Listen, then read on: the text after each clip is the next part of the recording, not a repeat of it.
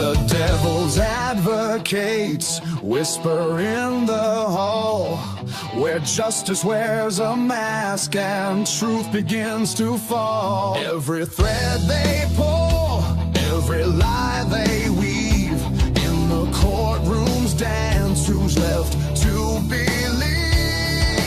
Oh, the devil's in the details, hiding in plain sight, innocent until the gavel steals the light. True crime echoes through the hollow night, fighting injustice with no end. The devil's in the details, hiding in plain sight, innocent until the gavel steals the light. True crime echoes through the hollow night, fighting injustice with no end in sight.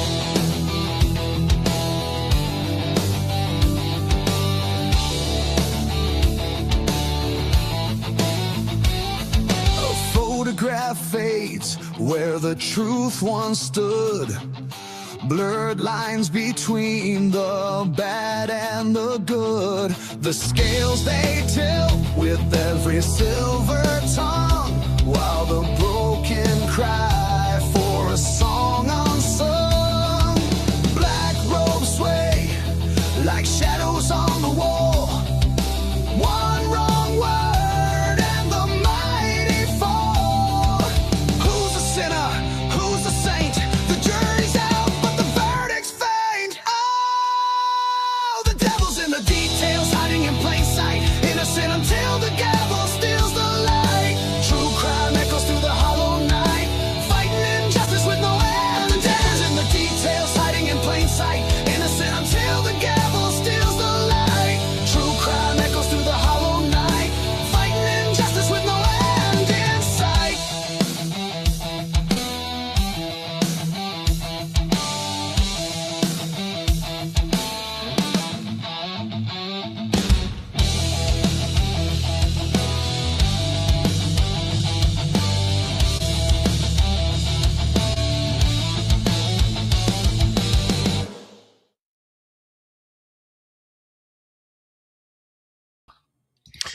All right, everybody, it's another episode of Crimes After Dark, and I am just getting back into the groove after being away for a while. Let me make sure I'm getting away from backstage. Everybody can hear me. Perfect. All right. So, yeah, if there's some technical issues tonight, it's because I have been away for a while. I'll do a little bit of an explanation of where I've been, since now that I'm back, I'm in safe space.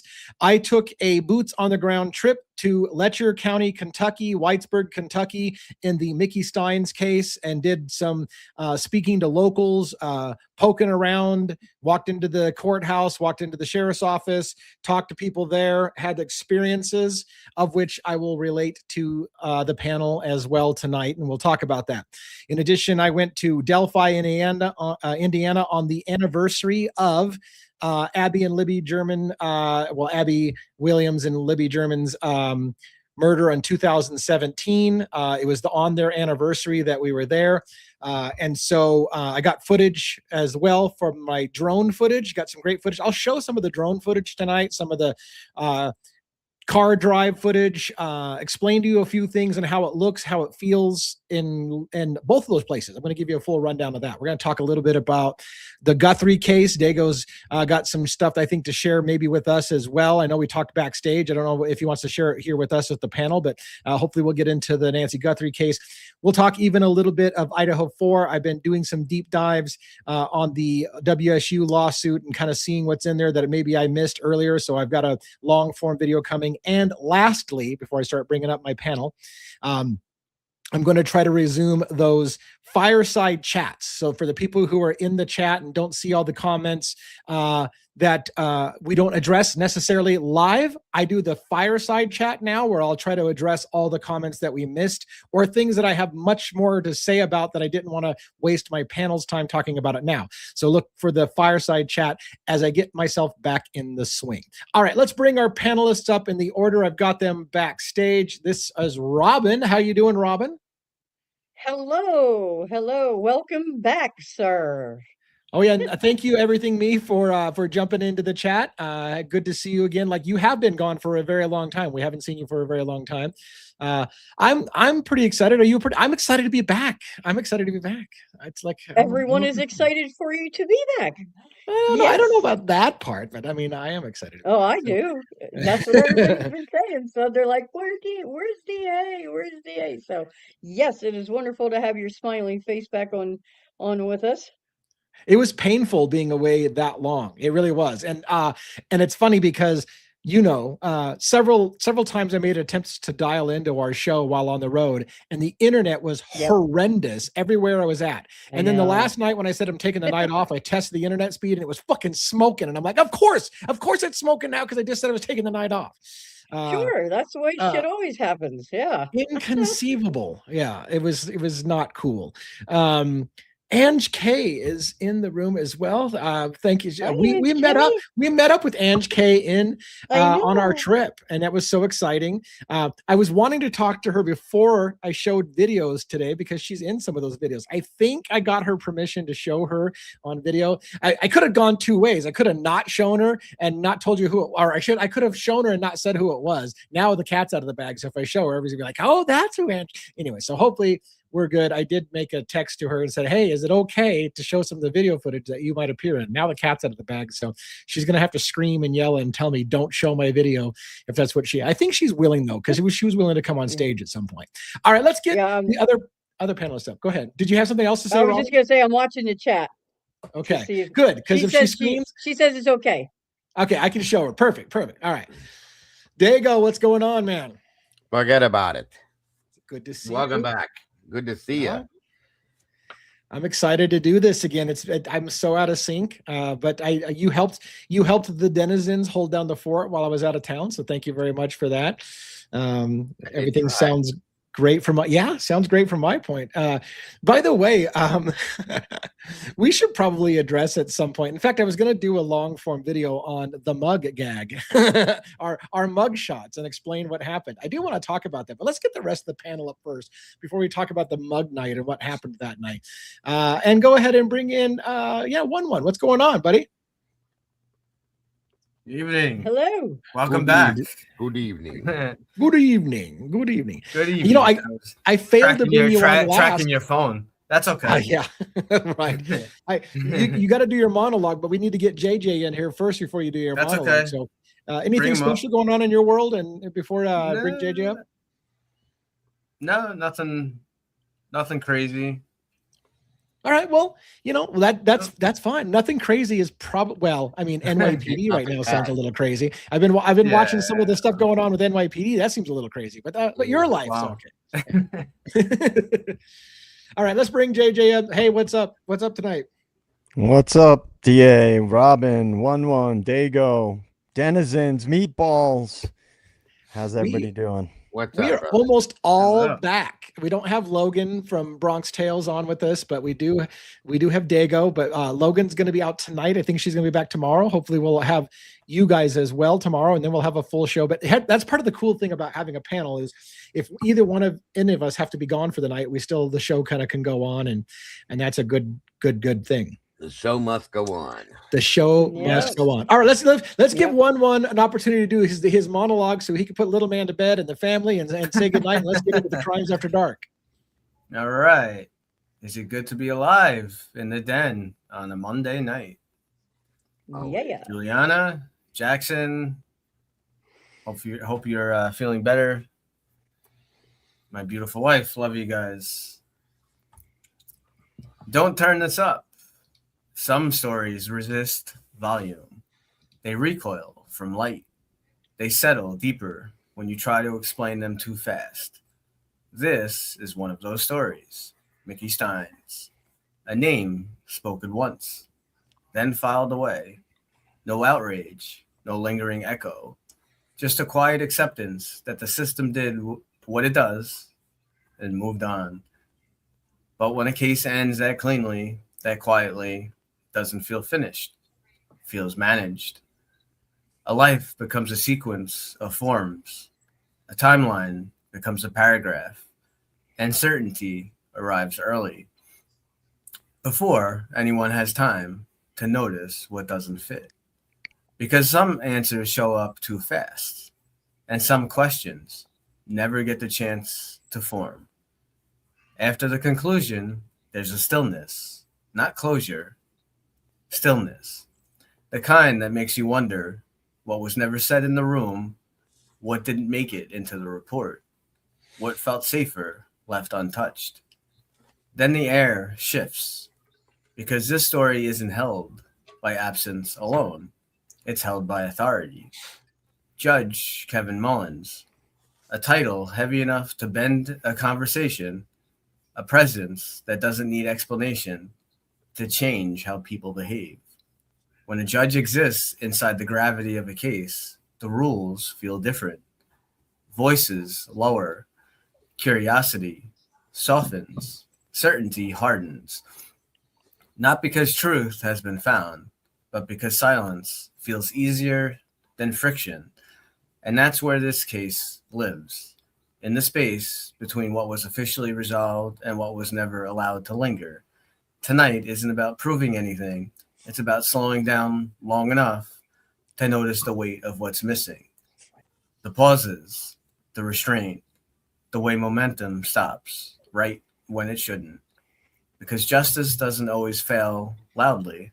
Sometimes it succeeds quietly by asking fewer questions than the moment deserves. This is Devil's Advocates.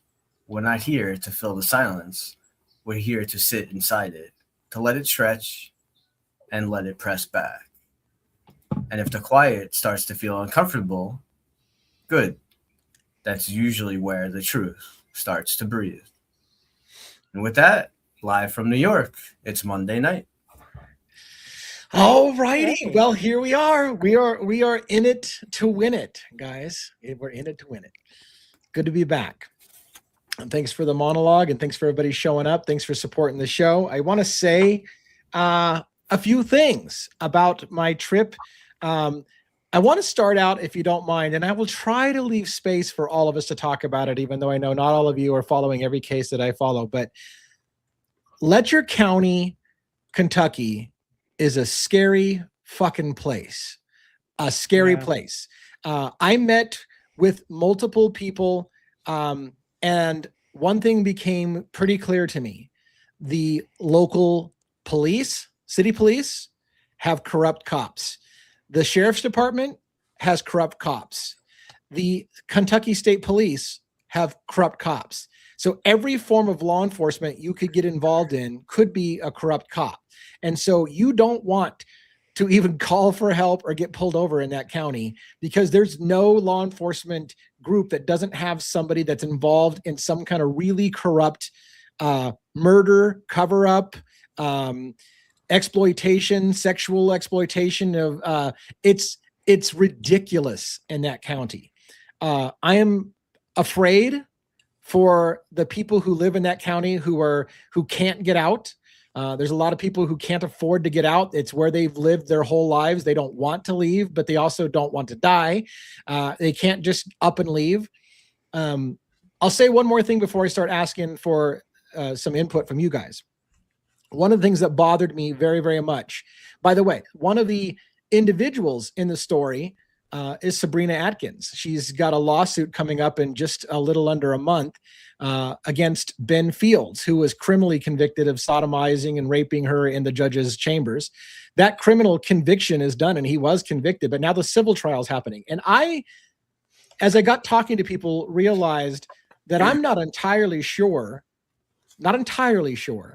that the lawyer representing her has her best interest in mind and may actually be looking to kind of get her to take a plea deal and just settle this and go away for a payout that'll be good for her, but not good for justice and transparency, right? It'll be like, hey, take some money, gets a change your life a little bit money, but don't make this a big case.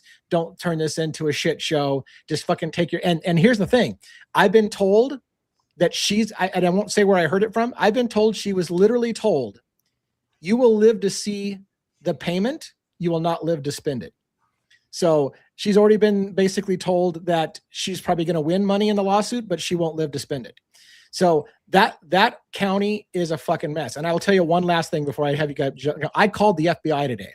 I called the FBI because I realized this is going to trial and they're not prepared, in my opinion. They're going to get railroaded because she's indigent. She doesn't have a lot of money. She's going to get railroaded into a plea deal. And I called the FBI, and the response from the FBI was basically, who are you? And when I said I was a YouTube true crime guy, they said, thank you. We'll call you back if we want to talk to you. And they just basically shut it down. So I don't know. They might call. I mean, literally the guy said, look, I'm just an intake guy. I'm not the one responsible. If a field agent wants to talk to you, he'll call you back. Thanks for the call. And he shut it down. But it wasn't a discussion. It was just, we will call you if we're interested in the case. And I told him, I said, I'm terrified for these ladies. There's rumors about murders left and right in this county. And it's more than just shady. Like there's teeth to this. And he didn't want to hear the details because he was just an intake guy. He said, look, if an agent wants to talk to you, he'll call you. Have a nice day. So we don't know. We'll see what happens. What do you guys think? Part of the problem with that, Lee, from my understanding, and this was like the first maybe 2 months of this case when it first happened. There was things being put out that, well, no, for the first 2 months. When Taya first came out and did her story with Brian Enton, she stated, Brian even asked her about higher ups being involved in this, that she made a statement that FBI agents are even involved in the corruption in this specific area. So if it goes high enough, that you don't have an answer, and where do you reach to? You know what I mean? Yeah, and somebody here, the Chevy Metal knows Appalachia, which is the area where Letcher County is at. You know, it's a dangerous place. That whole place is very, very dangerous. So unfortunately, it just seems like if you don't know the right people, the right person to help you. I mean, I'm not gonna go into my personal details. I have my own situation. Nothing bad. I'm I take my oath seriously. I'm not in any danger. I'm not corrupt or anything like that. Right. But I have my own personal situation going on, and if it wasn't for the fact that I had a family member that had a connection to someone high up, even me, I have 20 plus years experience in law enforcement, and even I was going to get, and it's nowhere near in the same level of what's going on, and with these women. You have to know the right people, or unfortunately, like it seems like you get railroaded. No one, Yeah, and like in this Loving It Up said, go there in person. I mean, I don't know if they're talking to me. I was there in person. I walked into the courthouse. I walked into the sheriff's department. By the way, real quick on the FBI thing, to report to the local field agent, it is actually Louisville, Kentucky is the local field agent for the area. Everything in Kentucky rolls up through Louisville.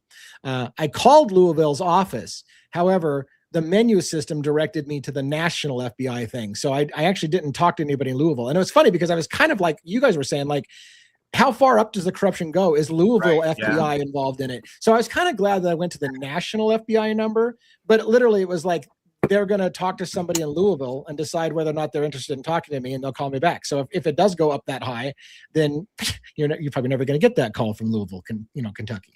So, and I'll tell you another story. I think I told you this the other day, but it was. I need to work on my nerves because I'm not used to being a confident person. And by the way, it's a little intimidating when you're going into a sheriff's office like I did. I walked into the sheriff's office, and people in the county are telling you the sheriff's office are killing people and covering it up, right? And so you're going to walk in there and question them about things that they've ruled not a homicide, to say, hey, I'm not sure that it really was not a homicide, and what are you going to do? Hey, I think you could have killed somebody. Can you guys tell me what your records are? Like that conversation's awkward to have, right? So I walked into the office and I had 3 names. And one of the guys that I was asking about a suspicious murder was from about 15, 20 years ago, roughly. So I asked him, and the guy literally just said, well, I wasn't working here then. And there was no effort. He was not going to make any effort to look into the computer files or whatever. It was just like, well, I wasn't working here then. I'm like, so that's your answer to, did you guys have any involvement with this case? Like, I literally just wanted to say, and I told him, I said, look, I'm not asking to see your case files. All I want to know is it a closed investigation, and do you have records, and what kind of records do you have, so I can put public records requests? And he was not interested in really talking to me about anything. He was like, well, that's not, one case I asked about, he said, sorry, that's Kentucky. Even though the locals told me the sheriff's department was involved in that case and we're on the scene at the case, he passed it off to, that's a Kentucky case, not us. So I don't know that that's true, because I was told by locals that the sheriff's department was there. But it's a Kentucky case. So he said, go to Kentucky for that one. And then the other one was, sorry, I didn't work here back then. So have a nice one day. of them, didn't you tell us out here, one of them about dogs or something? Yes. Yeah. So and I got more details about that. That blows my mind, Lee. That blows my mind. I'm going to tell you a little bit about that story. Yeah. I want to tell you a little bit about that story. So I heard from people in the area that a woman, and I was right there where it happened. A woman in the local area that I was right where it kind of happened, was silenced by, I was told they had taken her up into the woods, slit her biceps to make her bleed, and fed her to dogs that had been starved for a couple weeks. So the dogs were just ravenously hungry, and they fed her to the dogs up in that thing. The local police reported it as she was attacked by wild animals, even though there were somebody's domestic dogs that were starved and fed to. The interesting thing about that is when I went into the sheriff's department, I said, I'm looking into a death in the county, and I gave them the name. And he said, well, how did she die? And I said, I think she was eaten by dogs. Now, keep in mind, wild animals or eaten by dogs. He says, oh, yeah, that wasn't us. That was Kentucky. Like, he didn't argue that the woman was eaten by dogs. He just, like, it could have been, well, yeah, why didn't you say wild animals? But I said, oh, I think she was eaten by dogs. Oh, yeah, that wasn't us. That was Kentucky. Okay. Like, are you confirming that she was eaten by dogs? Now I hear more of the story. And this is rumors. I was told she was actually run over on purpose by a car, hit by a car, and then drug up into the mountains and finished off by the dogs to cover up the fact that they ran her over with the car. So it was kind of like a way to try to conceal that they had tried to run her over. In that county, several people who are talking about the case have been run off the road multiple times, somebody trying to kill them by running them off the road. That, I'm telling you, man, that county's a fucking mess. So the woman that was eaten by dogs, was she like a whistleblower or something? I think she had snitched about something, and that's what started it. That's the part I was a little, and here, there's so many people. There's so many people like made for TV movies, Lee. You know what I mean? It's insane, but it's real, you guys. That's what I'm saying. Like, yeah. DA, I think you should call Pam Bondi. She could probably help you out. Oh, I'm sure she'll be all over it. I'm sure. Probably. No, you're funny. I'm sure she'll be all over it. And I'll tell you, I was a little terrified being up there because the whole county felt creepy. And let me tell you some other stories. These are, again, I want to make it clear. I'm not making defamation claims. I'm talking about stories that I heard from people. So I'm passing on things that I've heard about the county. The judge allegedly would have lunch across the street from the courthouse. By the way, my wife and I walked into the courthouse. We saw the place where I believe that Kevin Mullins was shot and killed. It's a tiny courthouse. Walked around that place. The coroner's office is right attached to the courthouse. The sheriff's office is right behind the courthouse. Everything touches each other, including the restaurant where apparently Mickey Steins and Kevin Mullins, the judge, so the sheriff and the judge had lunch that day before he shot and killed him in the judge's chambers. They had lunch across the street. I've been told rumors by multiple people about that particular bar, that the attorney who has an office attached to the courthouse, and I know his name, but I'm not going to necessarily say it now. The attorney and the judge and the sheriff would have lunch and roofie girls at the bar. And then they would take the drugged up girls across the street to the attorney's office where he has a massage table, and they would rape and or molest this unwilling person that had been roofied up at that office. And that was shit that just happened right there next to the courthouse on a regular basis. And the chief of police may have known about it and been involved in it as well. And everybody just fucking turns a blind eye to the whole thing. I don't know if those stories are true, but I've been told crazy stories. And I've talked to people probably that I shouldn't talk to. And I'm terrified for them, and I'm trying to do what I can to help out with that county. But literally, they're going to trial. Like, again, what terrifies me is they're going to trial in a matter of weeks, and I don't know that they're properly represented. So I don't know what to do with that. I mean, all I can say is look, from what I understand, and I don't know how this works, I'm not a lawyer, but from what I understand, if there's a lawyer out there willing to take the case pro bono and has the chops, they could ask for a continuance and step in and say, look, I don't think these people are getting properly represented. I want a little bit more time, and I'm going to step in and I'm going to do this on my own. So if there's somebody out there who knows somebody that's of that caliber and can do that, that's about the only Hail Mary I think that they've got. Go ahead. Real quick question here. Would they allow them to be properly represented? Represented, sorry. Well, that's the question. I mean, I don't know how it works. She has an attorney right now that's, taking it on as a continuance from the criminal trial. So I don't know if because she's the plaintiff, right? So if she says, hey, I want to change my legal counsel, I would think that she has the ability to do that. Legendary CEO, I don't know what if you have the credentials to do that, but if you have the credentials, I will give you all the information you need to know to get a hold of Sabrina Atkins and see if you can do something like that. Because that's what I'm afraid that I don't know. Here's the thing. I don't know about her attorney, but what I have heard made me get icky feelings about how he was already kind of pressing her, hey, you should take a deal, you should settle this kind of thing. And I'm like, fuck, like that sounds like somebody who wants this to just go away. Let's not go to trial. And again, they've scheduled the trial for only 4 days. It's a massive trial. It's a massive thing. And it's maximum of 4 days. They're expecting a plea deal in my opinion. Well, I think, I was going to say, because they know they were probably told this is what you're going to do, how you're going to do it, when you're going to do it, and end the story, or this is what's going to happen. Yeah. TA, did you ever see the movie U-Turn? No, I don't think I did. If anybody's seen the movie U-Turn. Isn't there like multiple sequels with that movie, I think? No, you're thinking of Wrong Turn. Yeah, no. U-Turn was Sean Penn. Joaquin Phoenix was in it when he was young. Claire Danes. Jennifer Lopez, and I think Billy Bob Thornton's in it. It's an all-star cast. It's about this little desert town in the middle of nowhere and out in the desert. What you're describing reminds me of that movie. I highly recommend anybody to watch that movie if you haven't seen it. Yeah, there's a bunch of movies like that. I think they even there's one that's kind of like a comedy in a sense. Isn't it called like Nothing to Lose or something like that? Nothing to Lose with Dan Aykroyd and all Dan Aykroyd plays like a crazy, like he's like the judge and judge with the dick nose. Yep. Well, this movie you would appreciate it. 22. Yeah, thank you very much for the gift. Yeah, and this town is. I think this town is indicative of a lot of stuff. I think there's a lot of corrupt little small counties and stuff like that I wouldn't be surprised this kind of happens a lot of different places. It probably does, truly. It happens everywhere. Happens everywhere. Yeah, everywhere. I can't tell you how many new chiefs and stuff I've had in NYPD. It's insane. Well, and by the way, sorry, go ahead.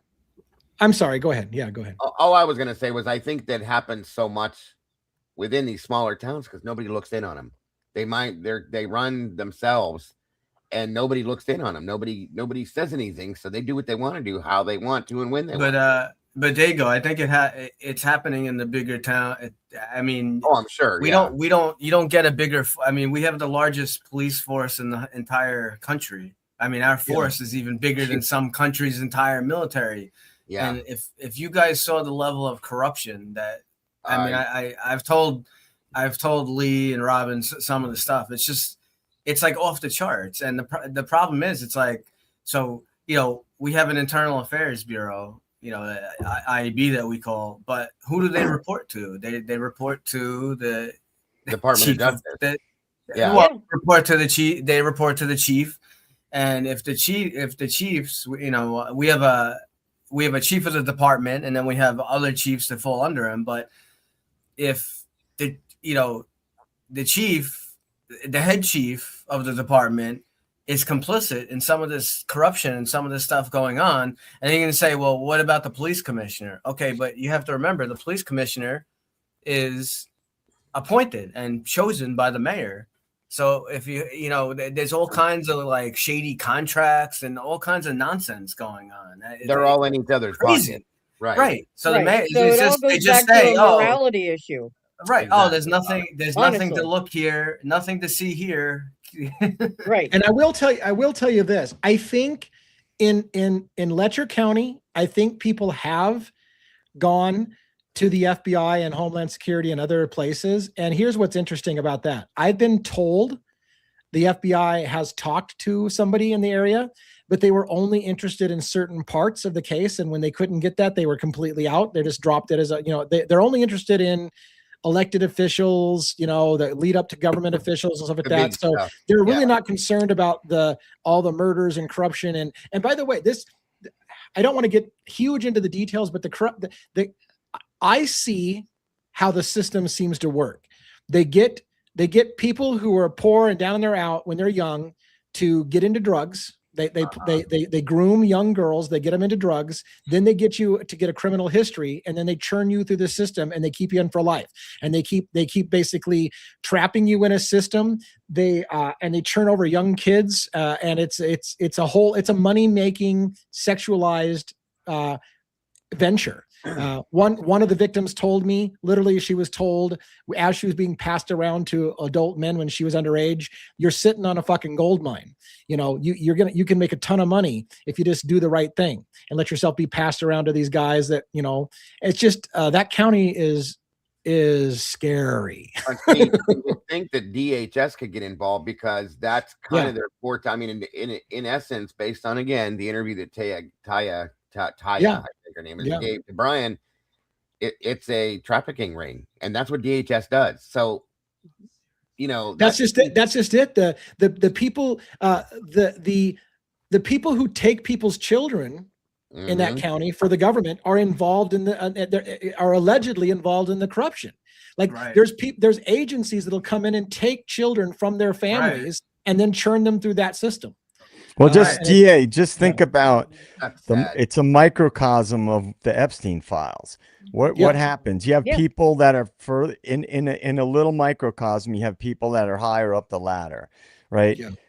There may be people above them that use that type of activity to have things on people, right? And so, you want people to do what you want them to do. If you have dirt on them like that, and a bunch of people are in on it, you use that. And what we're finding out now is that's been going on forever. Right. It makes you wonder, JJ, if some of them people, the higher ups in that Letcher County, may be on that Epstein list as well at that point. Yeah. I mean, did you guys ever see the movie? It's somewhat of a recent movie, The Sound of Freedom. You guys know what went on with that? Yeah. I mean, look at the movie. I heard about it. The movie was supposed. It was. I'd say like it was well done. It's a sad movie. It's a good movie. It was filmed in 2018, and it should have been out in 2018. But 21 Century Fox and Disney, they held it. They wouldn't let it get released. This guy they had to fight. And finally, 2023. And what happens in this movie? It's all about human trafficking and all kinds of crazy shit. It was shut down many ways. Sad, really sad. Yep. It's very sad. So, I'm doing what I can to help individuals in that county, but I'm in over my head because, I'm kind of new to this and learning how to do it.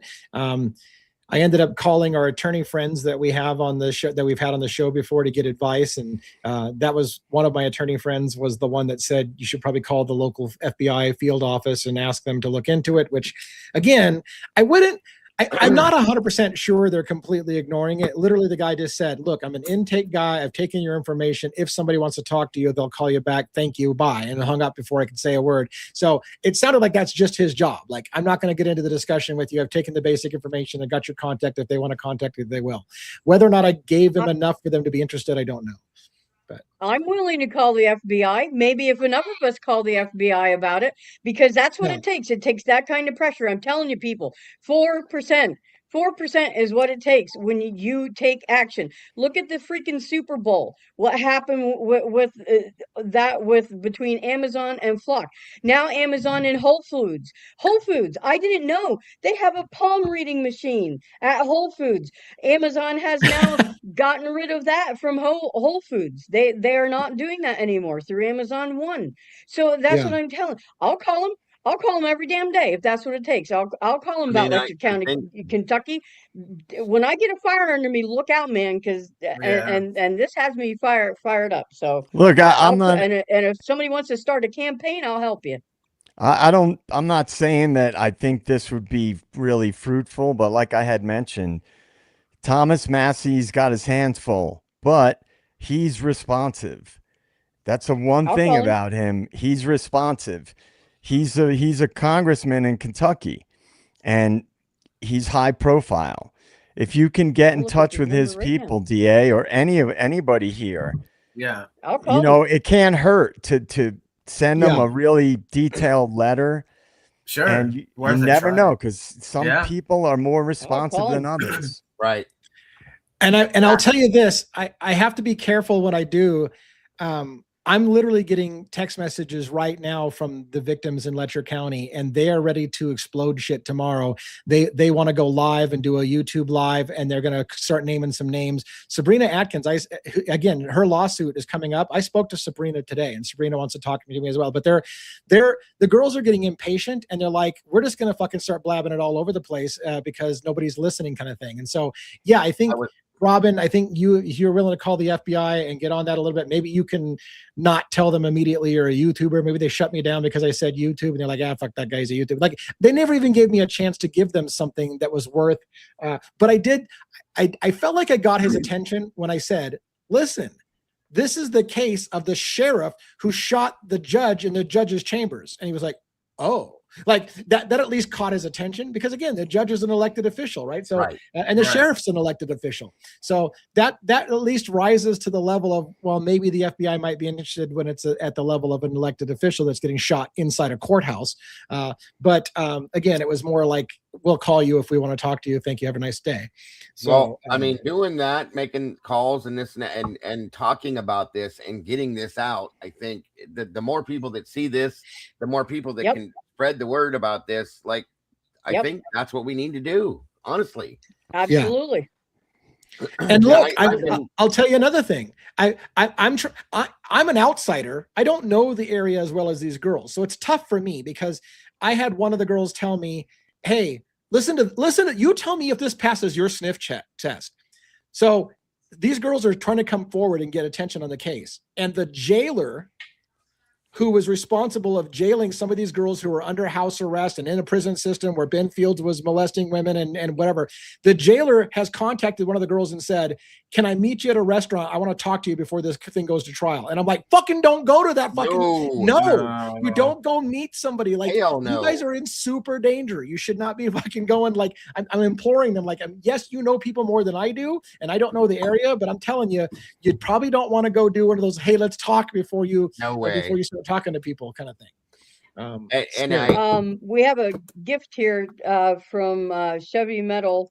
Says, remember the movie Walking Tall? Buford Pusser's wife was killed in 1967, and they recently exhumed her body. Buford is the #1 suspect now. He blamed it on the Dixie Mafia. Yeah, I remember seeing something about that case recently. Absolutely. Yeah, that was based off of true events. So yeah. That's all. I mean, I feel like doing like Robin, what you said, and all of us spreading the word on this 100%. I've been covering this case since this first started. I didn't know all the details until Taya did her interview, and I'm like, holy shit. And now that Lee's been there, boots on the ground, face to face with these people, we can't just sit here and let this keep going without talking about it, folks. These are people. They're like us. We're all people. We have to protect each other. So right. Here's the hard part, Dago. I know you and I are much alike. Everybody in the panel is the same way. But like, here's the thing. Yes. If we give the wrong advice and somebody gets killed, I'm gonna have a hard time living with myself. I agree. Like, I don't want to tell somebody to do something and it gets them killed. And I'm like, fuck. Like, I don't want to be that. So on the one hand, I want to help them immediately, and I want to give them the best advice I can.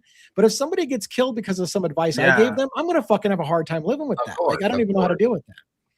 So, like I said, I'm not trying to tell them. I'm not going to try to tell them what I think they should do.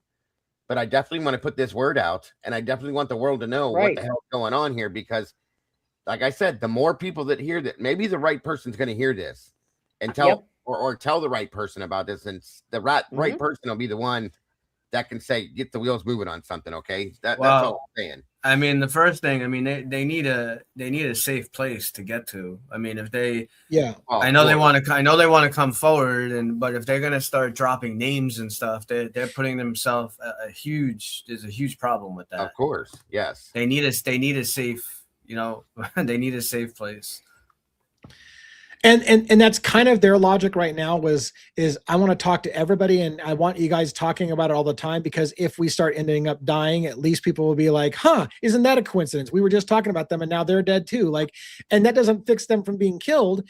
But as some of these girls are saying, I got nothing left to lose anymore. If they fucking kill me, they fucking kill. I got nothing. They've taken everything from me anyways. They've taken my kids. They've taken my life. They've made me terrified. I got nothing left to fucking live. Or to live for. So at this point, I don't fucking care. But it's still like, good Lord, like how do you get out of that mess? Right. And I agree with Jody. That's what I want to do, is I want to tell their story to the world repeatedly, again and again and again. Yep. And I want as many people to hear that story and tell that to other people, tell it to other people. Right. Until enough people know about this, that if things like that do start happening, everybody's going to turn their head and go, that shouldn't have happened. And here's why it did. So, and real quick, the defense rest is in the house. Defense Rest was the Australian YouTuber that put me in touch with some of the locals and started this ball rolling. Right. If you want to come on, Jody, and talk about, because Jody has been telling me some things that are happening right now, and the girls are chomping at the bit to get their story told. I would be totally willing, Jody, to have you come on real quick and tell us what the girls want. Because like you said, she's saying, you don't need to tell the girls anything, just tell their story. And there's a part of me that's still holding back on telling their story because I don't know. Right. I don't want to be the person that gets somebody killed. Reaction. And exactly. So, Jody, if you want to come up, let's get that invite. Did you send it? Yeah, Robin put the link out there. So if you want to grab it, come on up.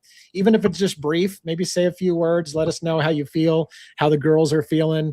That's a good point, you'll give you a moment here.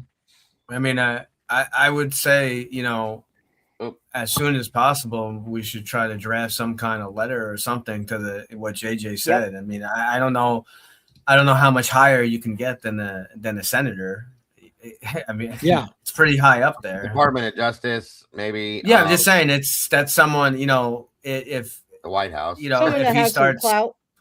Right. If he starts poking, like they're not gonna be able to, shoo the senator away if he's. Of course not. No. Now, here's the thing that's funny, and I'm not worried about this because I'll take my risk. But here's the thing that's funny: when we were on that trip, and we're waiting for Jody to see if she'll come up. She did say send me the link, so I think she says she needs 2 minutes, so she'll be up here to join us. Here's what's funny: so we're trying to do the right thing. I was just listening to an audiobook on their trip when my wife and I were out there on the boots on the ground, and we were listening to more of the book Framed.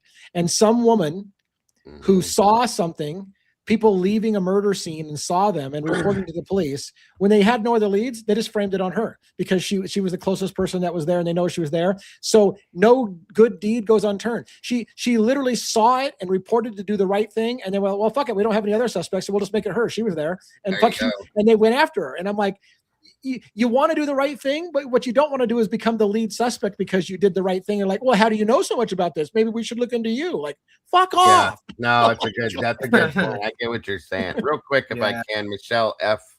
I think this is in my chat. It looks like it is. Thank you so much for the super sticker. Very generous and gracious, and God bless. We appreciate you very much. Thank you. No, that's a good point, Lee. It is. It makes perfect sense too.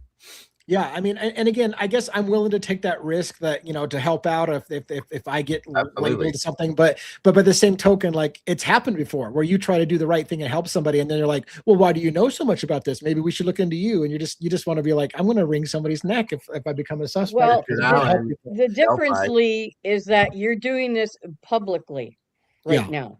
It's not like you have not been investigating this for a while now. So that's the difference. You don't live in Kentucky. You're not. So that's the difference. And that is also your protection. And you have all these witnesses out here on YouTube who can vouch for that.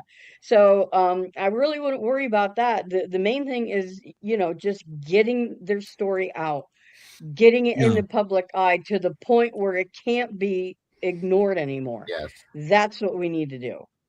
Yeah. Well, and I have some stuff to talk about. Yeah, Rand Paul would be an interesting person if you can get it. Is he in Kentucky? Is Rand Paul to Kentucky, or is he not? I can't remember where he's Yes. from. I think he is. He's a senator.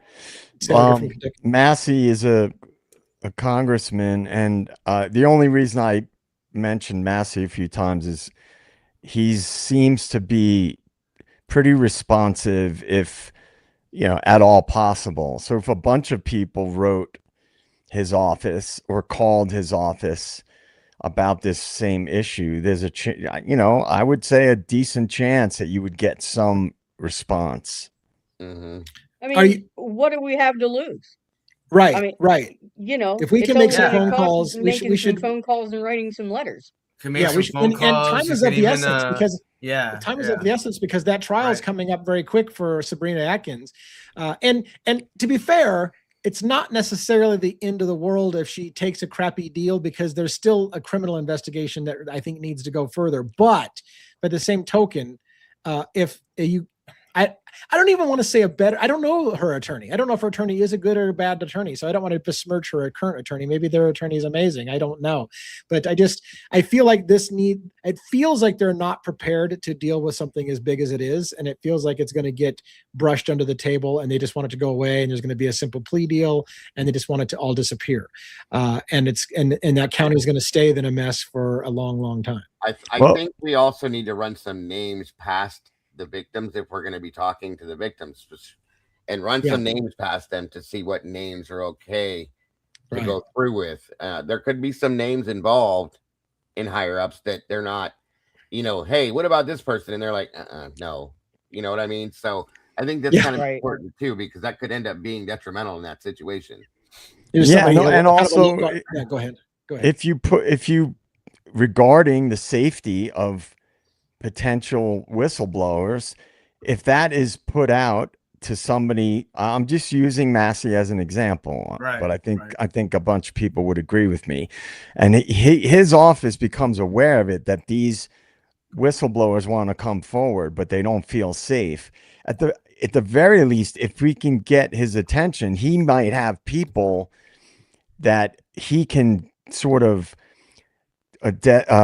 designate to handle it. If he can't do it himself, he could basically get some people on board, and that way you've gotten it out there that these people want to come forward, but they're afraid, and that way they're aware of it at a higher level of some of the things that are going on, and that you kind of potentially create a safeguard for the people that want to come forward.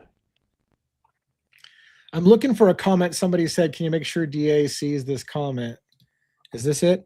I feel bad for the ladies who suffered that. It's hard and can be traumatic and could cause dissociative amnesia. And that's and PTSD and other mental health issues. And these are two of what I have. Yeah, absolutely. This is causing a lot of trauma for these people. And that's the problem. That's the very problem with this whole thing is these people have a lot of trauma. And when you get them talking, they want to, here's the thing, I want to be gentle how they say that. These people have a lot of trauma, lifelong trauma.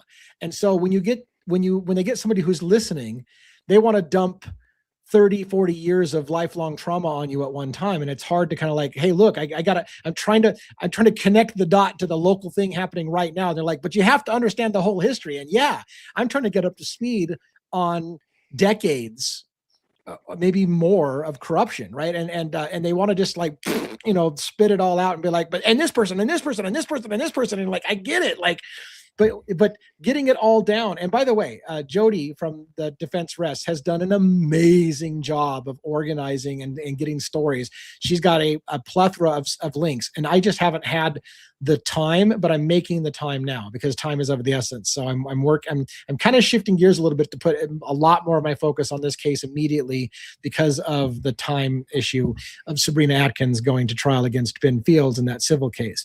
So we're trying to up the ante and kind of get on that.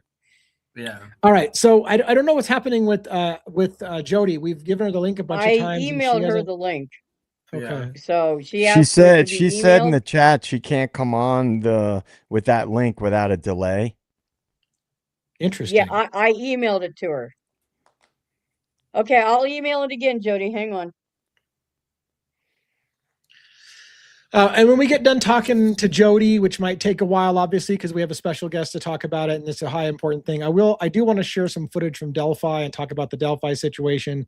And we'll try to, so we might go a little long tonight, depending on how you guys have for tolerance. But I realize we're spending a lot of time on Letcher County, which it needs. Yeah. And but I've got some footage I want to show, and I want to talk about some of the other things as well. So let's wait here. It looks like Jody's working on getting connected. Yep, I just I emailed that to her again, so she should have it anytime I saw. now. So someone asked a question earlier in the chat. Why is there an issue of law enforcement and FBI and different units working together? The answer I could tell you with that is kind of like ego. Like everyone wants to be the one that, that has the ball, especially if it's like a national wide case. They want to say we were in control. Same thing in the Nancy Guthrie case. Absolutely. Yeah, they sometimes like there should be a time where you take a step back and if someone else has a better expertise or a better idea, but people let their ego in the way. That's the problem. A lot of times the law enforcement agencies are trying to be the one who breaks the case and gets credit for it. So they fight for keeping things to themselves so they can be the one to break the case and get credit. All right, Jody's on. Jody, how are you doing? You there? Made it. Welcome back. Welcome back. Welcome. Sorry for the kerfuffle. So tell me what you can tell me about who wants to come forward and what they're going to talk about now. So I woke up this morning to my phone ringing on Messenger with Tyre. Now, I don't know if you know, but there was a smear campaign posed against Tyre last week in the Mountain Eagle. Yes. With horrible articles and stuff. And that apparently has stirred up a big community uprising because the woman that they used as their the person that told the story was linked back to Tyre's very, very first sexual abuser when she was 12. And the community remembers that and they've rallied behind her. So there's a big uproar now. Good. It's brought back memories and it's brought everything to the forefront. So we have the fourth defendant that was actually going to be on Sabrina's. She was actually Ben Field's first victim who is coming to tell her story.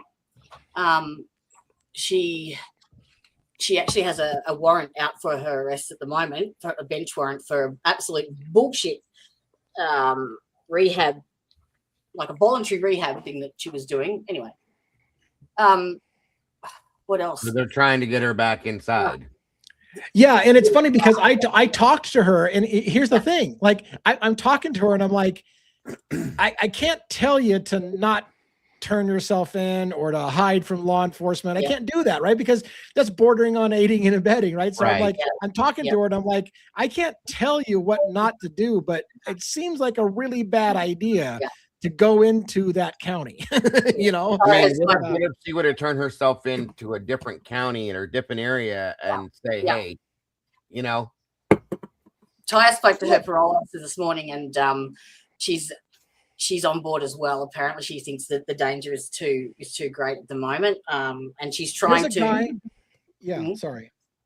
She's trying to change. Just looking into what she can do to remove that bench warrant, or to try and get her to do a rehab in a different county where she's not risking her parole, or not, and revert that warrant. But the warrant is there to shut her up.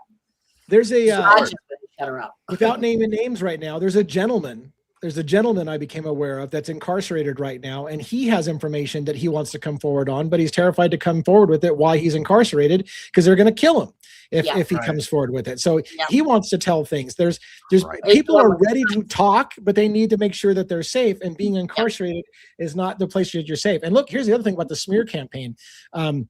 Their attitude all over the place, and by they, I mean like people in law enforcement and the prosecution are, look, these are just a bunch of whores trying to make money. They're sluts, they're whores. They're out there just trying to make a buck and say anything they can. They're just degrading the people that they victimized to make it look like they're just a bunch of sluts trying to make a dime and say anything.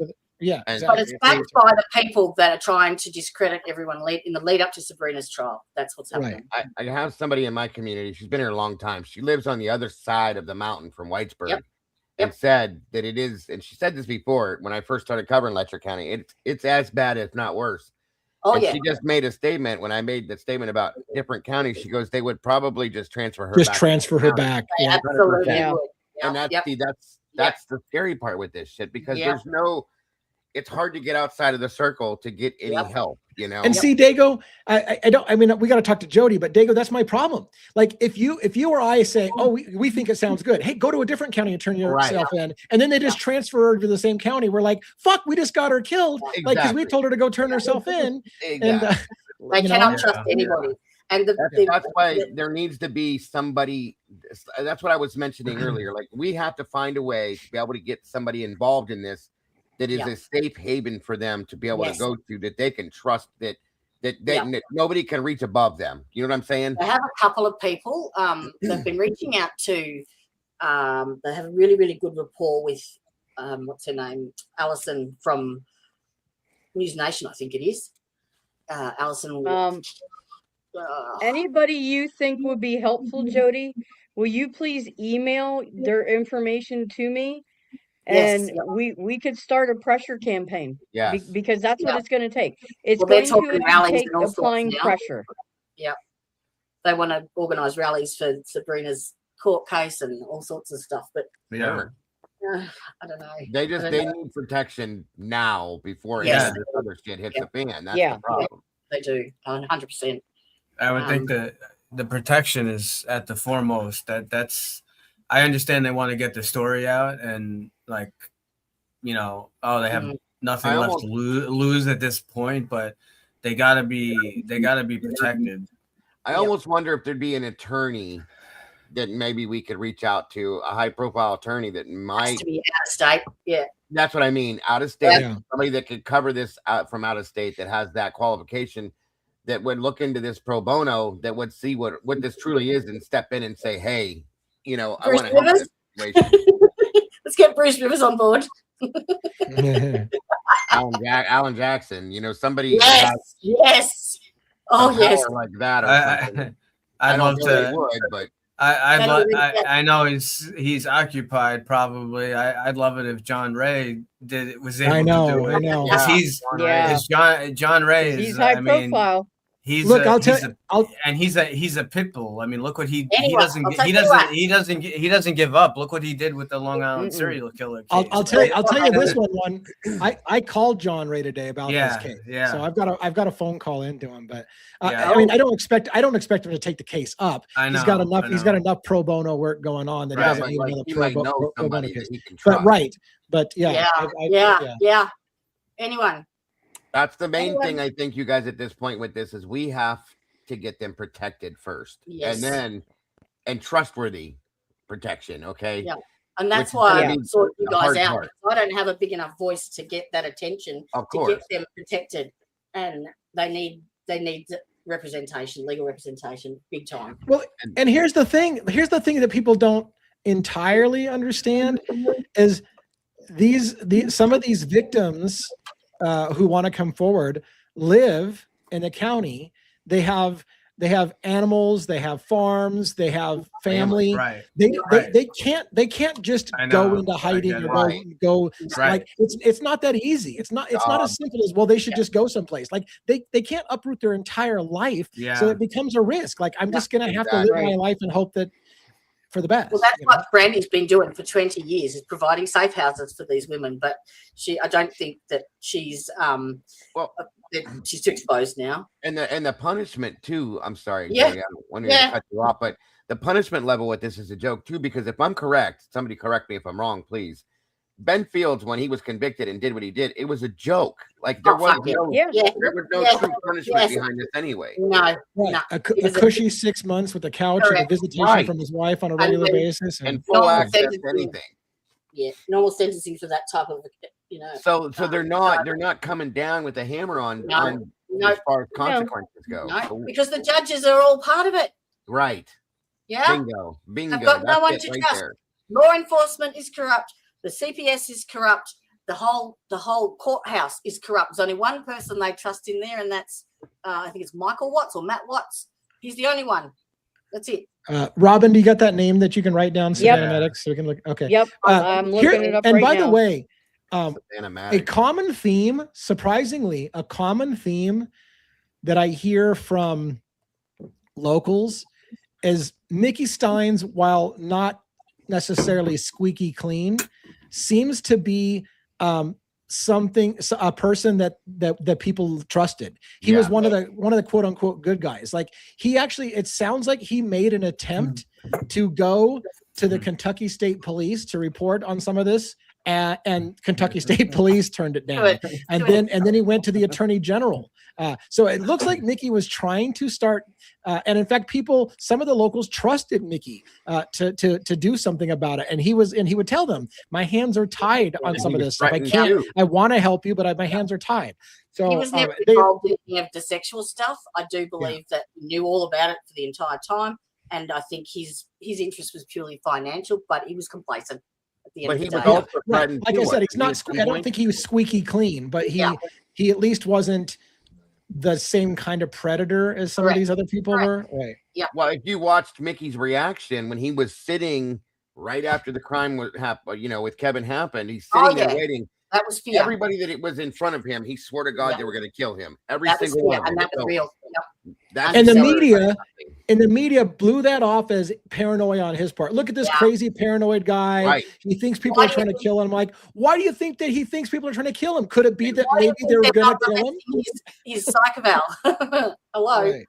It's like it's a massive cover up. Anyway, they can. But the punishment that you were saying, Dago, it doesn't just, so if they can't get the person that's accusing them, they go for their family. So they've targeted Ty's children, Brandy's children, everyone's children. They're at risk now, and that's what they're worried about. And Taya even said in her interview that she did with Brian Enton that there were boyfriends and husbands and children that were put in jail, and that were, things happened to them if they did not succumb to the situation. So she's lost 2 ex-husbands and her best friend, all under suspicious circumstances. See what I mean? Like, no, this is what's scary about this situation. Yep. And it's like almost like you're reaching out to something and it's this far from you, and you can't find a way, because the main thing, I'm going to say it again and again and again, is absolute protection for them before any of this goes down. The bad thing is, what I've learned over this too, is that the attitude of what, this person's been good to me, but their definition of what's good to them is completely distorted. Very distorted. Something that we would accept as a norm in our society. Like, it's ridiculous. They're just they've been groomed since they were children. That's the way they were groomed, right? Yes. Damn. It's shocking. It's really bad. I just wanted to answer that question. I saw this pop up. Yes, I did see lodges for sure. Not that I'm not gonna comment on that very much, but I did see the question, so I wanted to answer it really quickly. There is some link there, apparently. I'm not sure what that is, but it is apparently, allegedly, Mickey was a part of the Masons over there, the Freemasons. I haven't put that 2 and 2 together yet on how that actually impacts the case or anything, but it is on my radar. All right. So real quick, tell us again, you kind of, it was hard for me to read. You sent me a really long text message in the middle of a live stream. Yeah. Sorry. Who's talking tomorrow? Who wants to go live? What's going on? All right. Well, Ty's going to tell the story about her very first abuse episode, when she was 12. It did go to court. The guy did do time, but he's out now, and she's now getting threats from his wife. So the sister actually pressed charges on her behalf. I've sent you the details so you can see if you can get any more info. But, and also the fourth person Brianna, she's going to speak. Okay. And I got to tell you, I've heard stories. I know they keep saying that I can tell their story, but I just feel uncomfortable still. I've heard stories, you know, of one of the victims whose boyfriend, if you want to call it, who was overaged and too old to be with her, was the drug dealer for Kevin Mullins and actually provided him drugs and then helped hook up that situation so he could pimp out his girlfriend. Like the fucking stuff you're hearing is unbelievable level of craziness. Phil was pimping out Jennifer, what's her name? The one that was killed. Oh, Jennifer Hill. Yes, yep. He was pimping her out when she was on house arrest. Yeah. Wow. Yeah. And how do you get the FBI or whatever to be interested enough in the case? Like, how do you get them? Like, I don't know if they did this, but did they blow me off because I said I'm a YouTuber? Oh yeah, fuck that guy, he's a YouTuber. Like, you need to start taking this shit serious because people are dying in this county. So I'm hoping somebody is taking it serious. And not Jennifer Hill case, she was taking groceries in a house and dropped dead, folks. You don't think that's weird? Come on. Yeah, you just tell them you're an investigative journalist, and I did start out with I'm an investigative journalist. Yeah. Just don't put YouTube in it. I know, because they probably check out as soon as you say YouTube because they're not taking that shit serious. But you know, my only hope is maybe somebody in the FBI is watching the live stream and they're like, maybe this guy's got something here. This guy's crazy. Well, we have boots on the ground in the courthouse for Sabrina's hearing for her trial. So that's going to come live when they can update us between breaks in the court. But there is people in that courthouse that are going to be reporting on it for us, and I think this is going to be the linchpin that sets it all off. Sabrina's story. We definitely have part of it, folks. What about reaching out to Enton again? Even though I know he's not our favorite, he already interviewed, right? But fucking Enton, Court TV was out there. Vinny Politano, I mean, it's worth a try. Vinny Politano was out there from Court TV for 3 days. Court TV spent 3 days out there interviewing them and a whole heap in the community, and they've not put anything out yet about that. So, And can I just say one more thing? Is that a lot of times the mainstream, they're only looking out for their own interests. Absolutely. Right. But if you reach out to a well-known and independent investigative journalist, like, I'm not saying you can get Glenn Greenwald on it or you could get one of these guys, but if you can find an investigative journalist that, like, for example, Glenn Greenwald was the one who broke the Edward Snowden case, right? So someone that's independent, that has some clout, because they're not going to have the same motivations that a big media company would. That's why I reached out to Lee, because of his story on Jennifer. Yeah, because I'm convinced Jennifer was murdered. Her fiance is convinced Jennifer was murdered. It doesn't take a genius. It does not take it doesn't take a genius to realize she was murdered. She literally was gonna drop a bombshell in that case and just suddenly died. And they're like, oh well, she overdosed. My fucking everybody knows what a hot shot is. That woman was given a hot shot, I'll guarantee you, and killed. Like I said, and their attitude is she's just a junkie. Dead. Come on, that doesn't fit at all. And Tyre has had an attempt made on her as well a few months ago, and she nearly didn't make it either. So Ange K says, call Nancy Grace. She said she'll shout it out loud. I mean, listen, you guys know. Oh God, you guys know. But, I mean, if anything else, you'd hear it from the hills, but Look, I can't even watch her for 30 seconds. No. But if you get someone like her on it, if the goal is to bring real attention to it, exactly. Someone like her, maybe if you're strategic about it, you kind of got to do the counterintuitive thing. What about Howard Bloom? Howard Bloom. He'll write a damn book about it and then change his mind 6 months down the road. Right.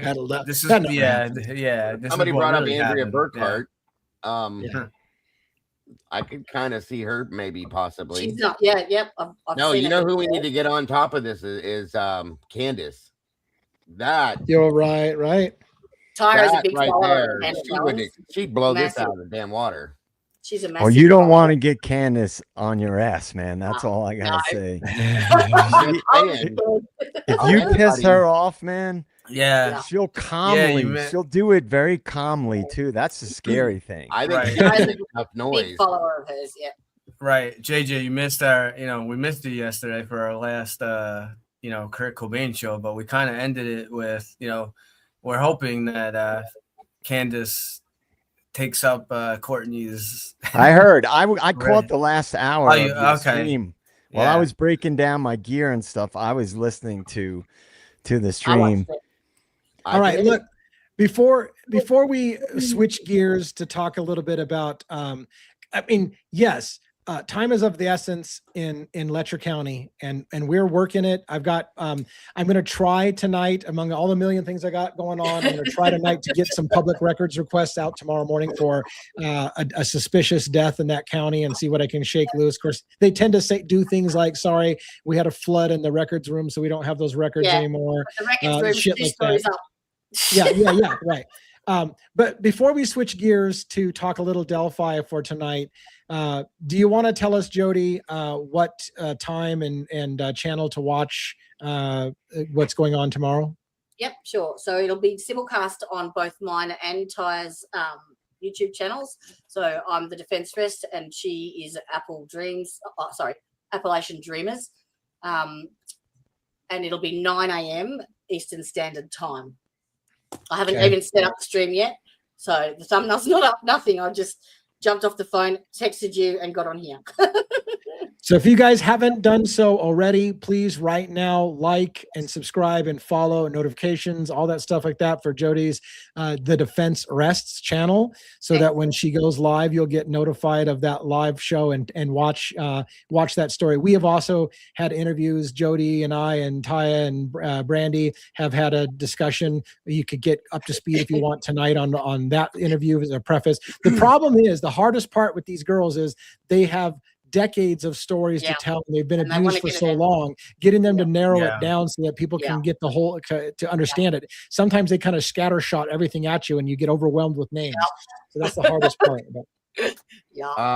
You might have to redo that, Robin, because I don't think I have the ability for it to stick. I just dropped Appalachian Dreamers link in the chat, so on your side. Thank you.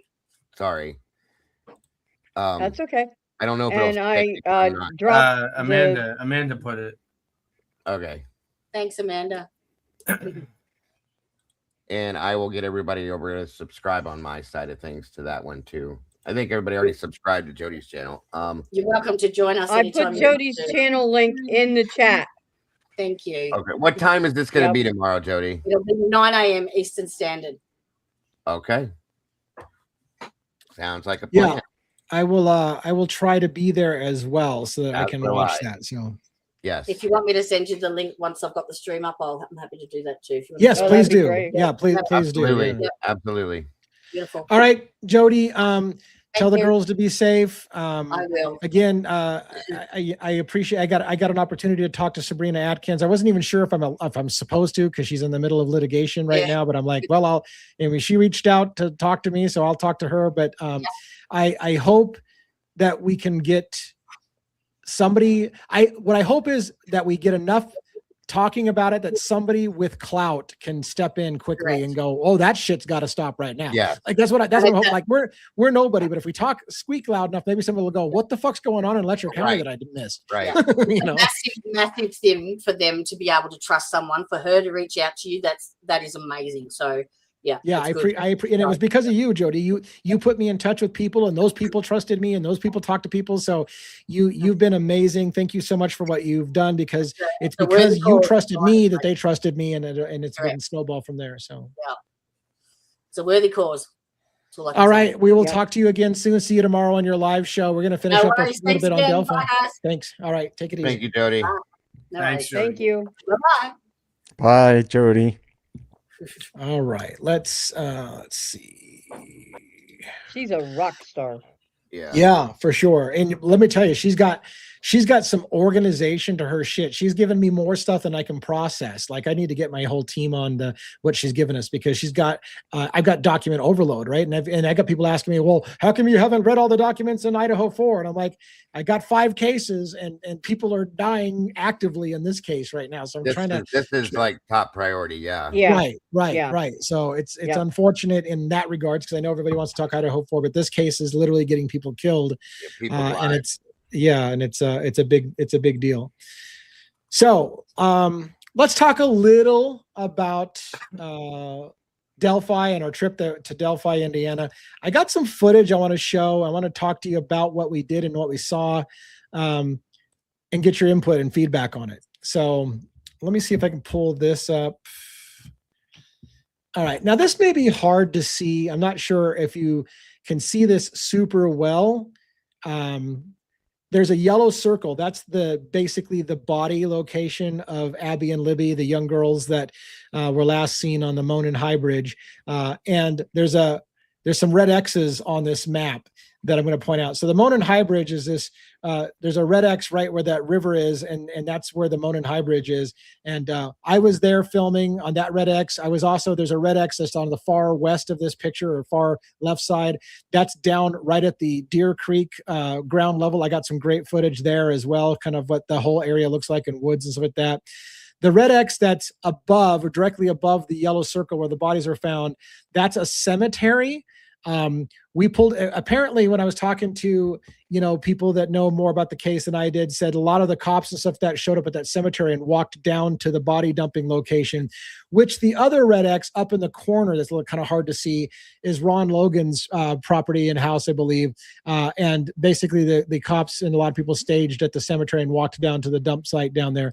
So I'm going to show you a little bit of footage if we can.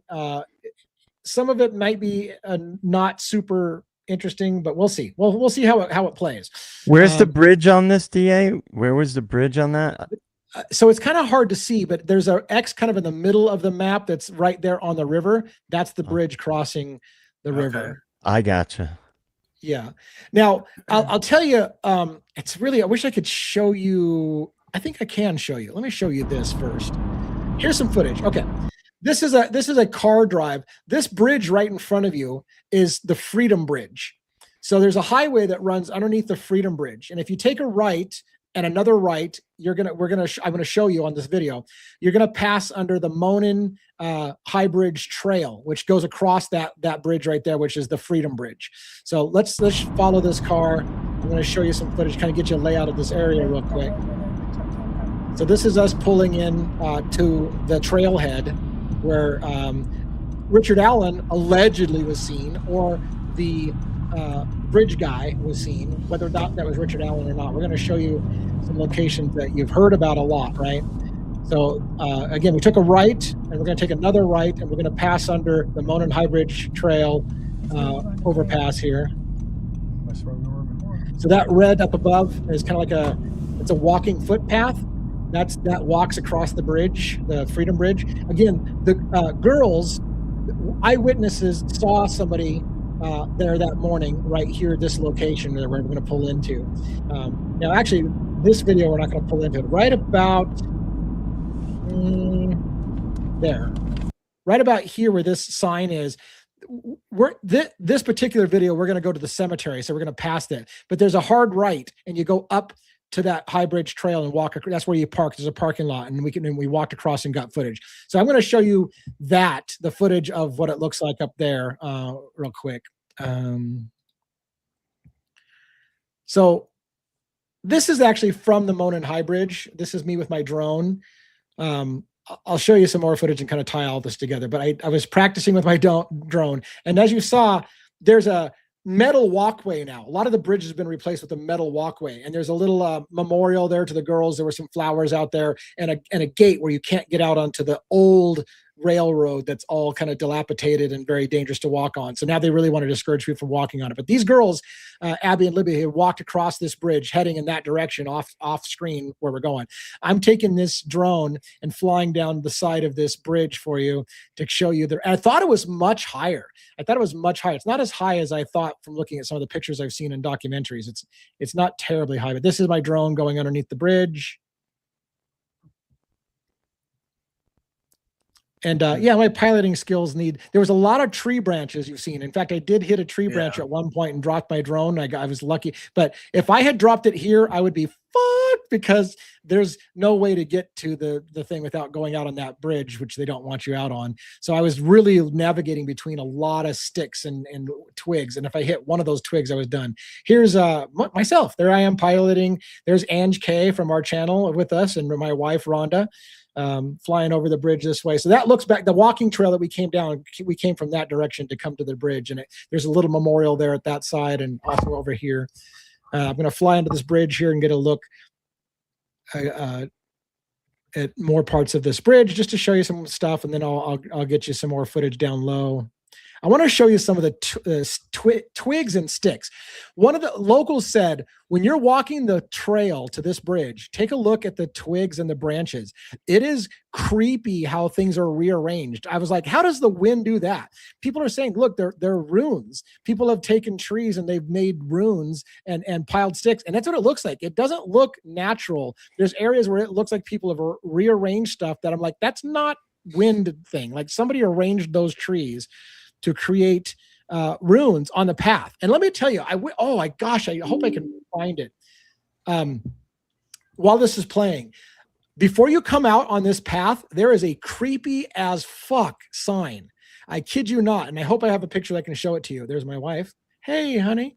Anyways, so there's a creepy as fuck sign just before you walk out to the Freedom Bridge that says something to this effect.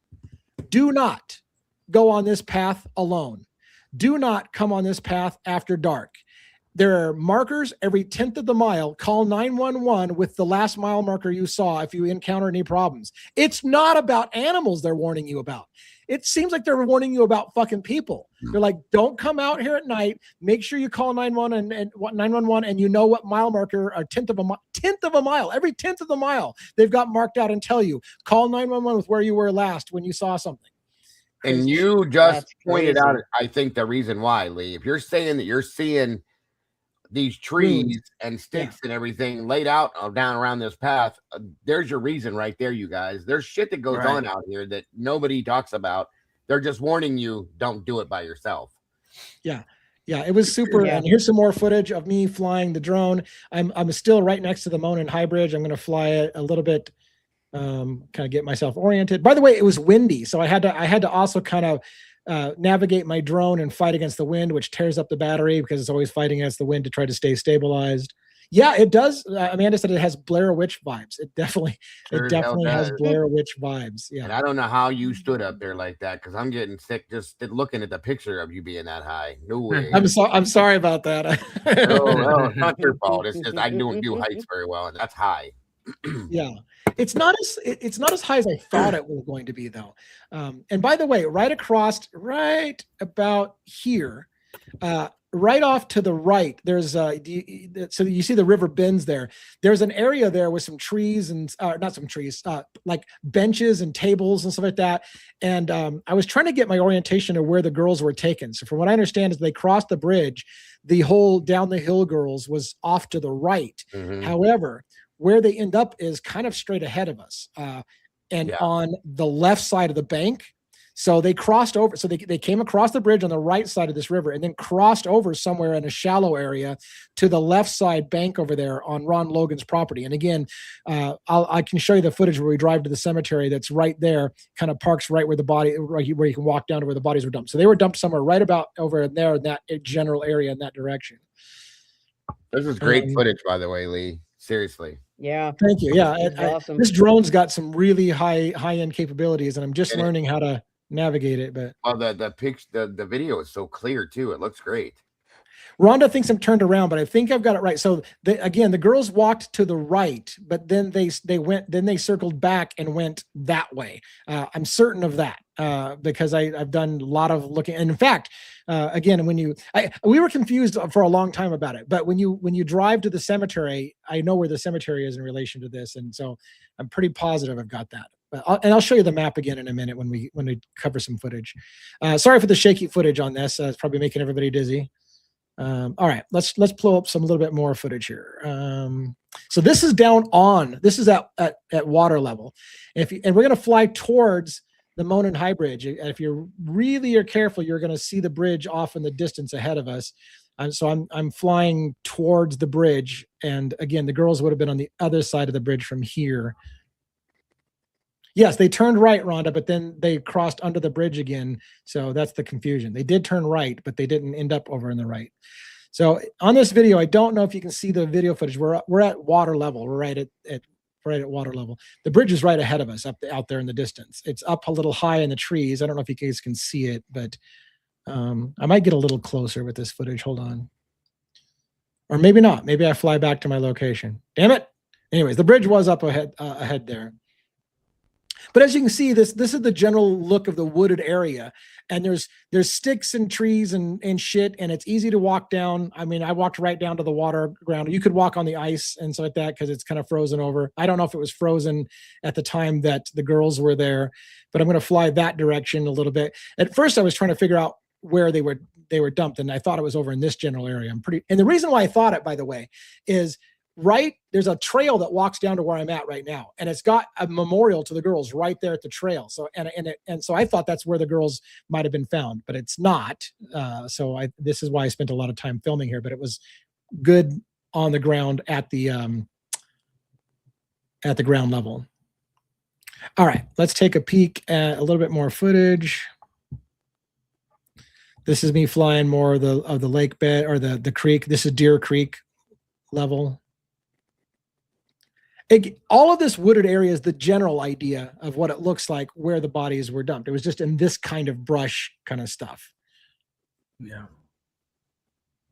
Rhonda keeps insisting it is in this direction, but the problem with that is, I'll show you in a minute.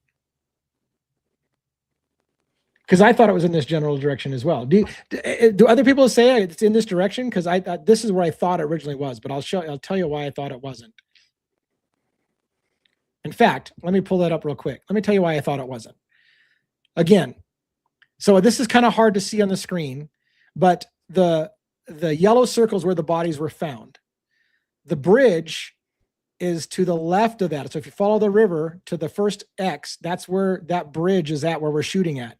So again, if the girls went to the right, and I'm filming, right, all that footage I showed you is that far left X. That's way over there. It's a long ways away from the dump site.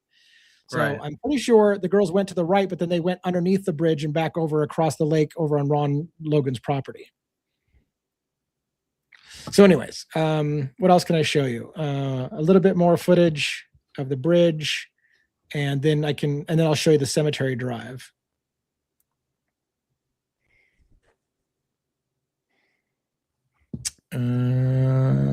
Am I making you nauseous yet with us flying close to it and away from it and close to it? See, there's a red picnic bench out there, and the distance is kind of tipped over. I don't know if you can see it very well, but it's through those trees. I wasn't about to fly underneath the bridge because if I hit one of those metal rafters, I would lose my drone for good.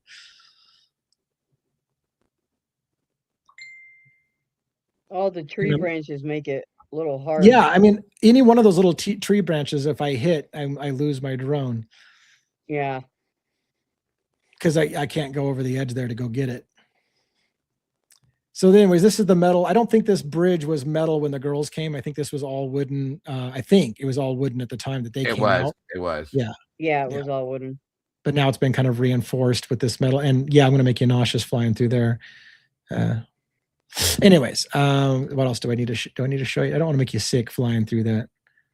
Oh, by the way, that little... No. Don't worry about me. Just do what you're doing. Right there, this little gazebo looking thing has like 4 cameras on it. You can see it on top of it. That pole's got cameras looking everywhere. So they've got eyes. Somebody has eyes all over this area to see who comes and goes from the bridge. So we were well aware of we being filmed at all times. All right, let's go to the cemetery drive, and I'm going to show you a little bit about that. So when we come around a corner, I'll be able to show you a bit better where we are in relation to what we just saw. Let's wait till we drive around the corner. So the trail and the bridge is off to our right, far to our right. We must be able to get to those houses somehow. There's the Delphi water tower. All right, so we're going to turn to the right. So what we're doing right now is we're heading to the cemetery where a lot of the where they went to find the bodies.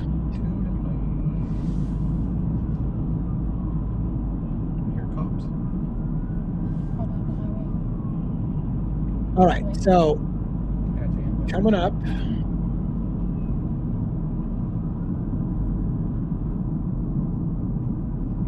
It's when everybody wants you to help grow your channel. Yeah. You got a little car noise from my wife and I. So, okay, now we're getting close to the cemetery.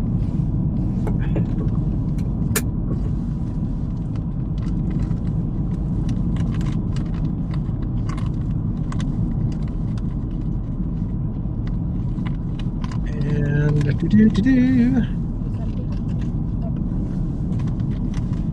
so when we were walking along the trail to the Monon High Bridge, we could see these houses from our trail. So we're kind of close now to the trail off to the right-hand side. We could see that red barn, for example, from the trail where we were walking. We could see this house coming up with the white railing. We could see that from the trail walking to the Monon High Bridge. So right now we're skirting the trails to our right. Railing. Pretty cool. So all that tree line over there is the trail. That tree line that you see on the far right side is the trail walks through all that tree line to the bridge.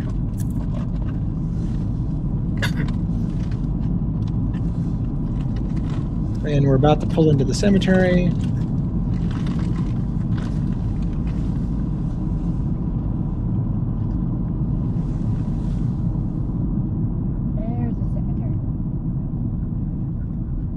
And then ahead of us, I believe, is Ron Logan's property off to the right, a little bit on the right side of the road, up right ahead. This is the cemetery. Are the girls buried here? Probably. Now, apparently, there, back in 2017 when this happened, there wasn't a fence line. Now they got a fence line blocked off, so you can't walk down to the crime scene from here like you could have back in the 2017. But a lot of vets.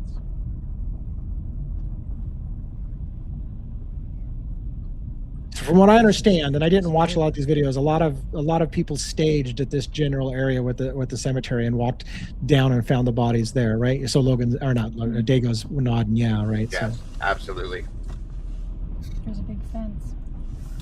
There was a lot of people that showed up in this I don't area. think we can get any closer. A lot. Yeah. So right to the right of us is the fence line that they put up. So there wasn't there. I don't think that was there at the time. No, that's new. Yeah. So anyways, did you go to that parking lot where they had the camera footage of Richard Allen's car allegedly? I believe we were there, but and I can't remember if I've got it. So this is just some of my body cam footage. I got more footage as well. So, but that all I had for tonight to show. But I think I got some of that as well. So, anyways, that's a general thing. On this video, I don't have us driving past Ron Logan's property, but anyways, I just wanted to share some of the footage so you guys can give your thoughts or feelings or see what it's like a little bit. What do you guys think? Great footage. Great job. Yeah, it's really good. Yeah, footage. it's good stuff. It really underscores how, unless there were people walking by, that's the only way that somebody, it's close to stuff in a way, but it's also remote enough that someone obviously was able to get away with doing that to those poor girls. And absolutely. Just seeing that footage is very surreal, and I can only imagine It was even more so in person, of course. Yeah, I mean, Delphi, the town, didn't feel off to me, but that walking that path felt creepy. It just felt, it just had a weird feeling, you know, the whole thing. So for what it's worth, that's what I was doing for this last week while I was missing some shows, is I wanted to do. It's funny because when you do that, you're like, did I just make that whole trip out there for nothing? I mean, I didn't even meet a local when I was in Delphi, but there's something to be said for walking the ground and getting a feel for what it looks like and what the sounds were and how far away houses are and who would have heard something and who wouldn't. Like, just there's no replacement for having been there and standing at the ground and going, oh, okay, right. I get it a little bit. So I think, yeah, I think it was well worth it. I think it plays to the fact that when you cover a case like this, okay, going to the scene of the situation itself kind of gives you more of a, in my opinion, more of a lead into the case itself. It gives you a feeling of the case, a more personal attachment to it in that aspect, for lack of better terms. So yeah. I agree with that. So, yeah, and we did get some footage of the courthouse where the trial was, and you know, and across the street where the tattoo shop that's now that, you know, the Odin's Den was closed down. I guess it closed down a few years ago, but we walked around. I got video footage of that as well. But you know, my only disadvantage is I wished I would have been able to talk to some locals per se, you know, although we did meet, you know, we did meet somebody that watches the channel. So that was awesome. So that was super cool. And she treated us to lunch, and we got to try an Indiana, a whatever you want, a cuisine of tenderloin, pounded tenderloin, a giant pork tenderloin, breaded and with Cajun sauce on it and shit, and a bun, and it was really good, really good. Sounds awesome. Yeah. Anyways, so for what it's worth, we're still covering. We're going to cover that Richard Allen's appeal. I hope to get more information and cover that some more. And look at what Ange K said. You can see through the trees, so someone would have seen the girls, but they were at Ron's house until late in the night. Yeah, I mean, there are people who think that the girls didn't actually, they were killed at Ron Logan's property maybe, and then staged down on the river later. Yes, sir. Yeah. They were somewhere, that's for sure. They weren't down there the entire time. That right, and makes sense. Right. If there was screaming, I mean, there's houses all along that walkway. That's not to say that people might not have heard it, but it does make you wonder if they were later dumped at that site. There was also a call that night that came through about people being in the cemetery. Don't forget, folks, there's not just one person involved in this. There's multiple people that were involved in this. Okay. It's a thing, period. And the one person that wasn't involved in this is the person that's sitting in prison for this right now. So that I truly, deeply, deep in my soul believe, even more than I believe in the Brian Koberger situation. Okay. So that's why this is so important with this case. And this appeal needs to happen. And this man needs justice as much as these two girls need justice and their families, because they're not getting it right now. And I got to tell you, I can't recommend enough people read or listen to the book Framed by John Grisham and see how many times law enforcement, unfortunately, decide who they want for a crime, and they just flat out stop looking at evidence of anything else other than the person they've decided is going to go down. And this is the part that, thank you for showing that book, by the way, Dago. Oh, this is the part that I'm going to show it. This is the part that sickens me. How many times in that book they knew for a fact the person they were prosecuting didn't do it, and they were willing to ruin someone's life, put them away for life in prison without the possibility of parole, or even kill them by executing them when they know for a fact they didn't do it. And they gave zero fucks because they care about closure rates and conviction rates over people's lives. And I feel to myself, these people have to be fucking sociopaths to do that to human beings without any conscience whatsoever. You don't sacrifice somebody to give an answer to somebody else's life. You don't sacrifice another life to give an answer to the loss of other lives, folks, for lack of, I'm sorry, I can't say it right, but it happens all the time. It happened with Richard Allen. It's happening with Brian Koberger. There's multiple cases in this book. He's not bullshitting you, folks. Every story in that book is about that situation, period. Yeah. It's insane. Yeah. It's insane. And the part that's just striking me is it's not just a matter of incompetency. It's not like they got the wrong guy. It's that they know they've got the wrong person and they give zero fucks. Right. They go through with putting somebody in jail for something they didn't do because they just want to get a conviction and they know it's not the right person. That's what makes me sick. It's not just incompetency. It's flat out evil in for a better word of saying it. And that's what frustrates me so much, because again, and I mean this with all due respect, so much with the families in the Idaho 4 case, because they of all people should want absolution and truth to this, and it's almost like they're just accepting that we have a conviction, that's all that matters, move on. And that's not enough. Not enough. What a depressing, it's amazing how often it happens. And again, leading us to Idaho 4 for a little bit. Idaho 4, I'm convinced. Look, I started to reread the family's lawsuit against WSU, and they bring up a lot of things that, if they can prove are true, look bad for the Koberger thing. But I can't escape. I still cannot escape. One, Koberger could not have done it alone in the time frame that they said he did. And I really think, I'm convinced something else happened. And this is another one of those cases. They gave zero fucks about getting it right. They needed to get it a certain way. And that's the way it was going to be presented. We're going with this story. It doesn't matter whether or not it's true. This is the story we're going with. And it makes me sick to watch that happen again and again and again. I think it's a strong possibility. I mean, we've covered so many different angles on that. Strong possibility that one or two of the possible perpetrators are not alive anymore, and that could be a big reason why they don't care to even push to that. And that, but we're getting there. That you see a little by little with the mainstream that they're pushing that. Maybe he didn't do it alone. That not that he's innocent, but that he didn't do it alone. Well, then there has to be someone else involved. So what's the deal? Right. That's tomorrow. My show tomorrow, I'm being joined by the Custody Queens and Ron Funk. Again, and that's the topic right there. Exactly what you just said. That whole everything and it wrapped up in a bun, because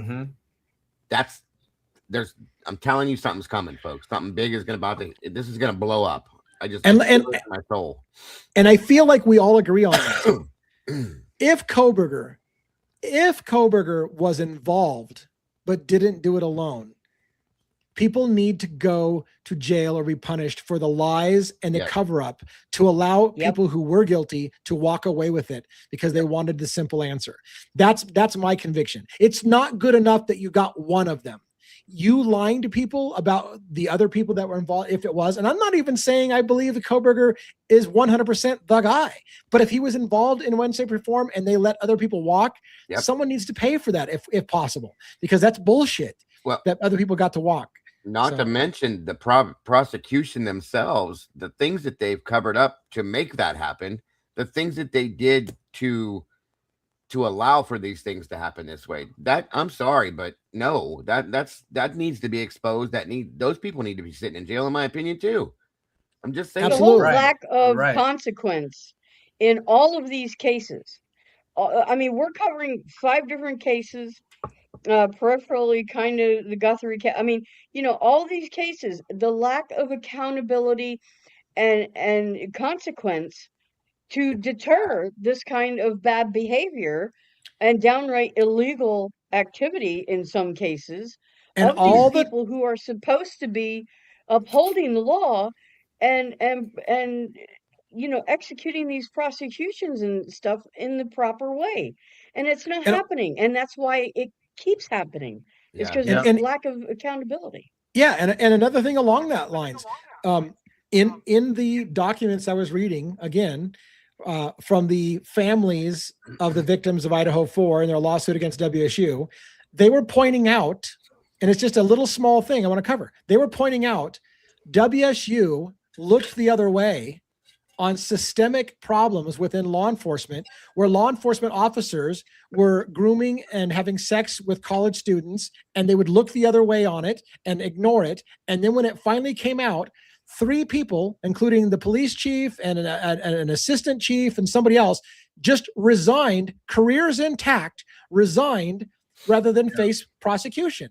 And that's what happens all the time. And look at how many people resigned over Idaho 4's case, Brian Koberger. Right. People got the fuck out of town before the shit hits the storm, because they're going to avoid prosecution. Hey, I already retired, so don't worry about it. I'm not here anymore. This is what they do. The rats leave the ship when they realize it's about to go down. So everybody retires or quickly gets out of Dodge. Yeah. And then for some reason, the public doesn't seem to hold them accountable and go, oh, I guess he retired, so what's the big deal? He's not there anymore. The reason they retired is because they knew they would be arrested or they would lose their pension. They would and they just get out with their careers intact by resigning and taking the caravan. Right. I'd be curious, Lee, to look into, if anybody at all, how many people either resigned, retired, or moved in the Delphi case after that shit all went down. I'd be dead serious to see if that happened there too, because I bet it happens everywhere.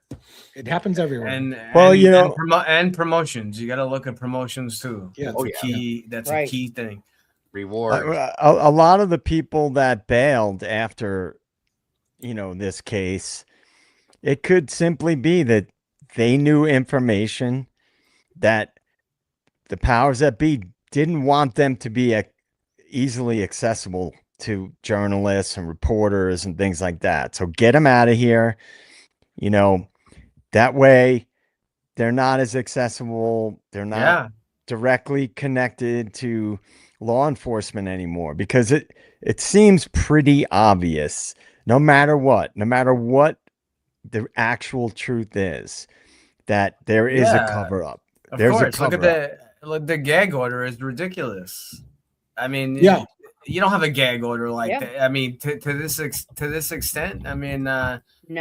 I mean, I know the families, they're trying to, the $400 million that they're trying to sue for, but I, how crazy, and rightfully so. I couldn't imagine just giving up. I know people say, oh, well, when a lot of money, I mean, there's no amount of money that would make me stop looking at every stone unturned. I can't see Steve G, how crazy he was. If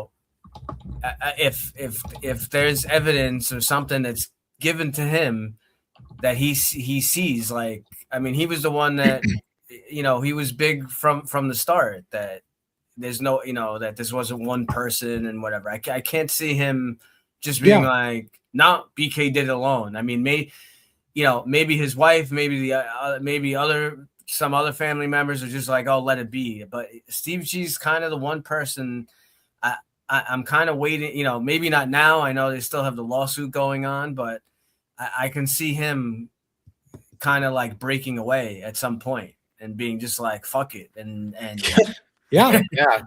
Well said. Yeah. Well said. Well, if he knew that, let's just hypothesize and say that Kaylee was an informant. Right. Then it's pretty logical to assume that Steve knew about it. Right. So he may have a lot of guilt. I'm just speculating that he knew that she was in a dangerous situation and he allowed it to happen. And so, in my opinion, his behavior, sometimes when people feel guilty, they do the opposite of what you would think. They behave the opposite of how you might think they would behave. Yeah. They would be brash and they would act like they've got everything under control and they're really trying to get to the bottom of this.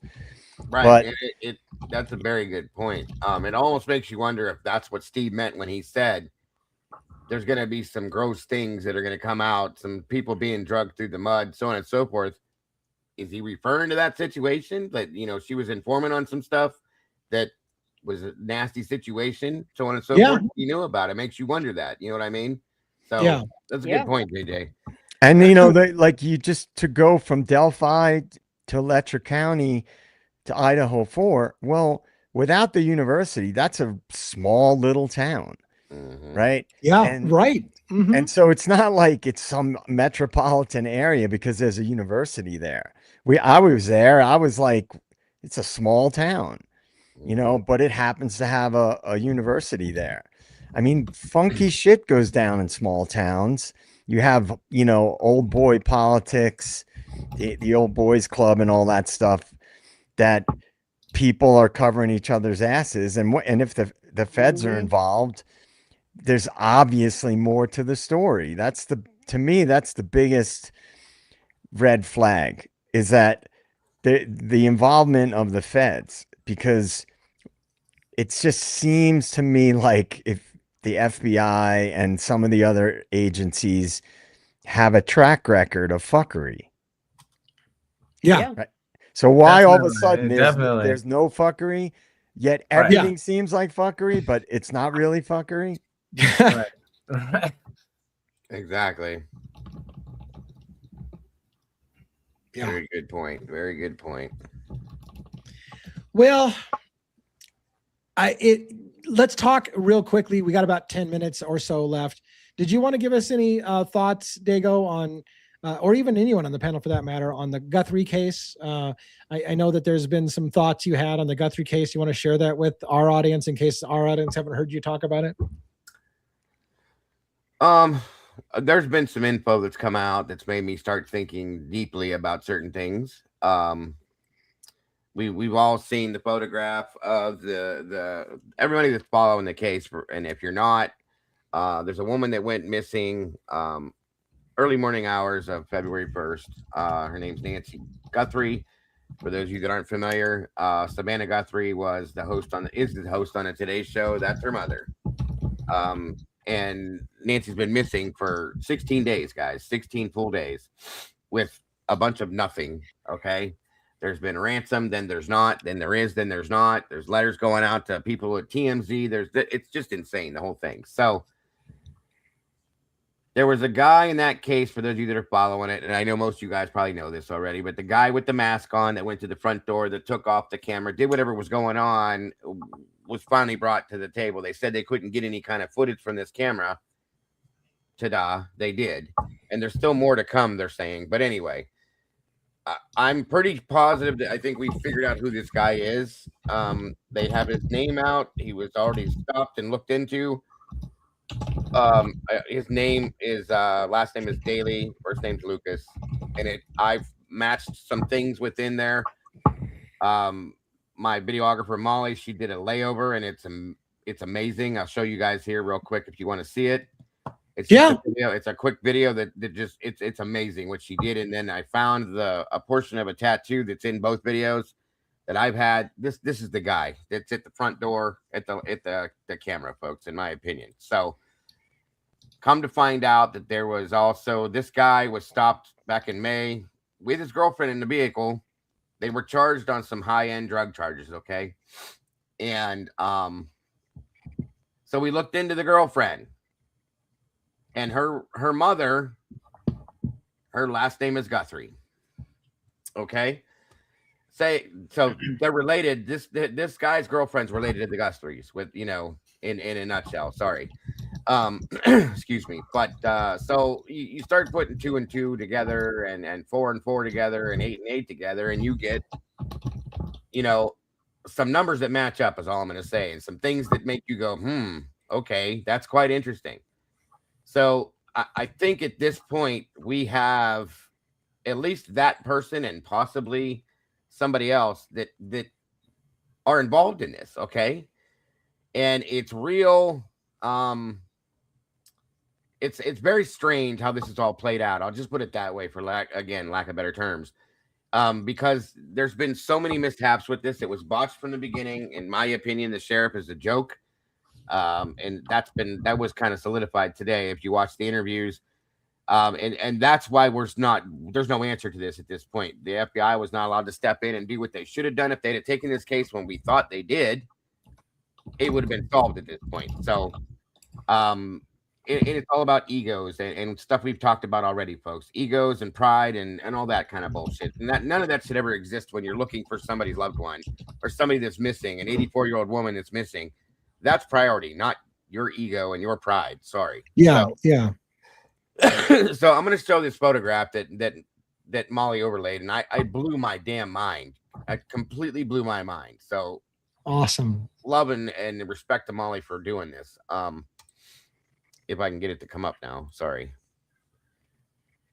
The older you get, the harder it is to get it up. So you'll get there. I've been told that, sir. Been told that. Truly been told. I can't resist. I'm like a toddler. I'm full of these jokes. We all have that ability, except for Miss Robin. She doesn't do that, but that's okay. There are things you could do to take care of that, man. Right. That's right.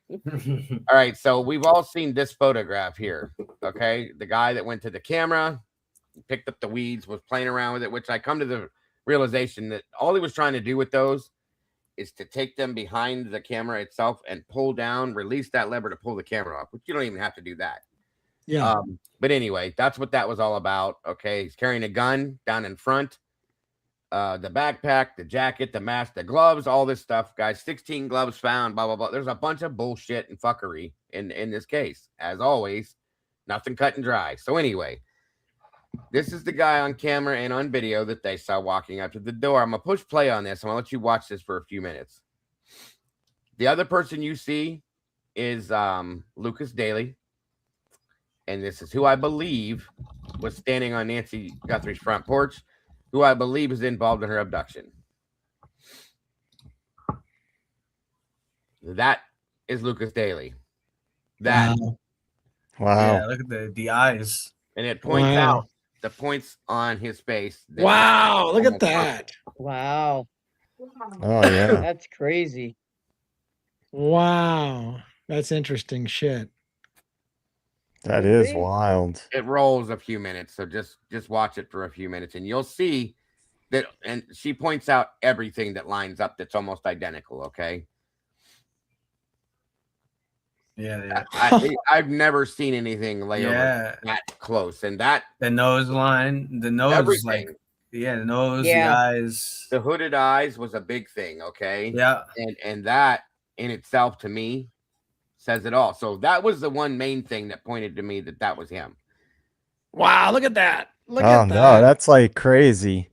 Absolutely. Absolutely. So then we've seen a photograph. We found photos of Daly with, not all dressed like this. And there's a tattoo.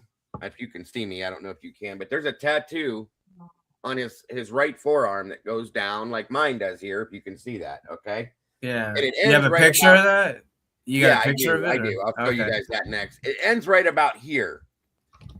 There's a clip that somebody got of this guy standing there with his hand up by the camera, and you can see the end of the same fucking tattoo right there sticking out of the sleeve, and it matches right up with the one on his arm. This guy is period. This is the guy at the front door. I'm done right there. So I'll show you that other photograph. One more couple passes this has, and it's done.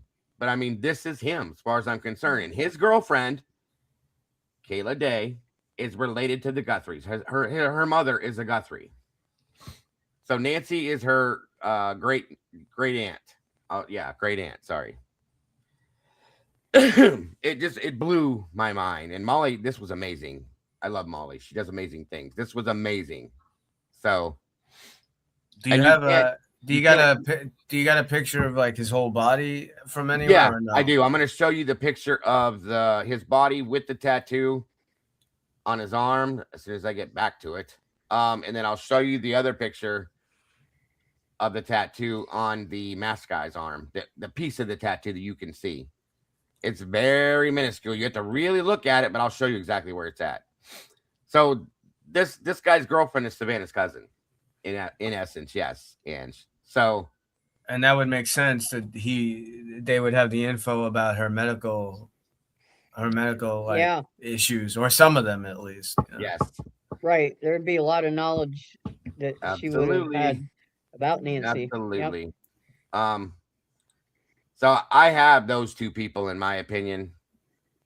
Those two people are absolutely 100% involved in this, but without a doubt. So, all right, give me 1 minute to pull this other set. I have stuff everywhere on this, so my apologies, you guys. I'm so sorry. And right now they have their vehicles, right, in possession. Yeah, and they just went. These are that guy I just showed you, the Jace or the Lucas Daly.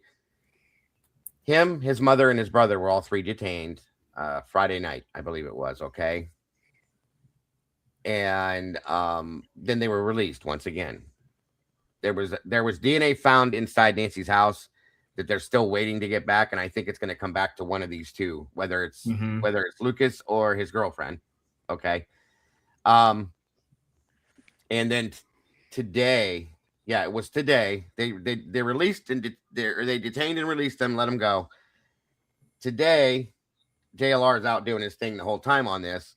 He runs over there, and guess what's sitting in the driveway picking up their vehicles? A tow truck. Yeah. They towed both vehicles that were at the house, from my understanding. So if these people were detained and released, and Brian Enton got a clip on, he did a little thing on this because he's just like JLR. He's all over the place. Brian said that he got a piece of information he posted on Twitter. And he was like, they told him, do not discount this situation. There's shit going on in the background. Give it time. So he headed back over there. All right, give me. I can't do two things at once, folks. So bear with me. I'm trying to get these other photographs up for you. And Molly found all the info we need on this Daly and his girlfriend, their criminal record, the background. It's bad. He was scheduled to go to court February 26th for that last, when they got pulled over the drug charges they got.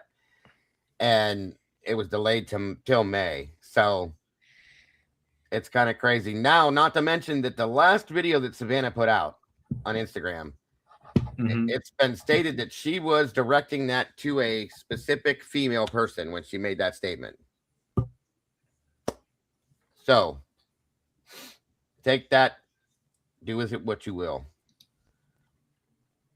Goddamn crazy. I mean, the way this is all like lining up, you guys, for those of you that are following, you know what I'm talking about. It's just insane to me. I've been like stuck on this for 2 days now straight, and I'm trying to find these damn pictures. 1 minute. Is it up here? It's probably up here. Okay. Yeah, give me a second here. That last message that Savannah put out, the line where she said, "You're not alone," or something to that effect. If it did turn out that it was this woman that is a family member, that would kind of make sense, like almost signaling that, listen, maybe you got in over your head with something, and even though you had allegedly have part in this, we'll still try to help you, or something to that effect. It felt like she was really speaking personally to someone, there it like is. someone she knew almost. That's how I took it. Here it is for you to watch this real quick. I got to just pull it up. I'll hit play while I'm still looking for that. Well, I can't. I'll wait. But yeah. All right. Yeah. This was her third or fourth message, I think. And this they're saying was directed at a specific female person. So I wanted to come on, and it's been 2 weeks since our mom was taken, and I just wanted to come on and say that we still have hope, and we still believe. And I wanted to say to whoever has her or knows where she is, that it's never too late. And you're not lost alone. And it is never too late to do the right thing.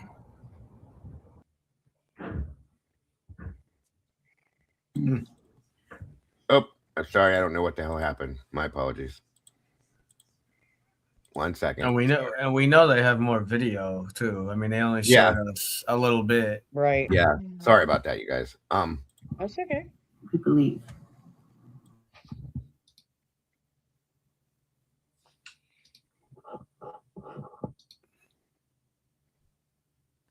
Just a sad situation all the way around. Yeah. Yeah, and you have to think after this much time with no proof of life, Right. the odds aren't good. No. Exactly. No. Not at all. No. Jesus. All right, I'm working on this, you guys. Give me 1 second. I'm sorry. I have things sent to me all over the place, so, and I'm very disorganized with it, so my apologies. No worries. All right, where's this one here? Oh, here's this too. I can show you real quick.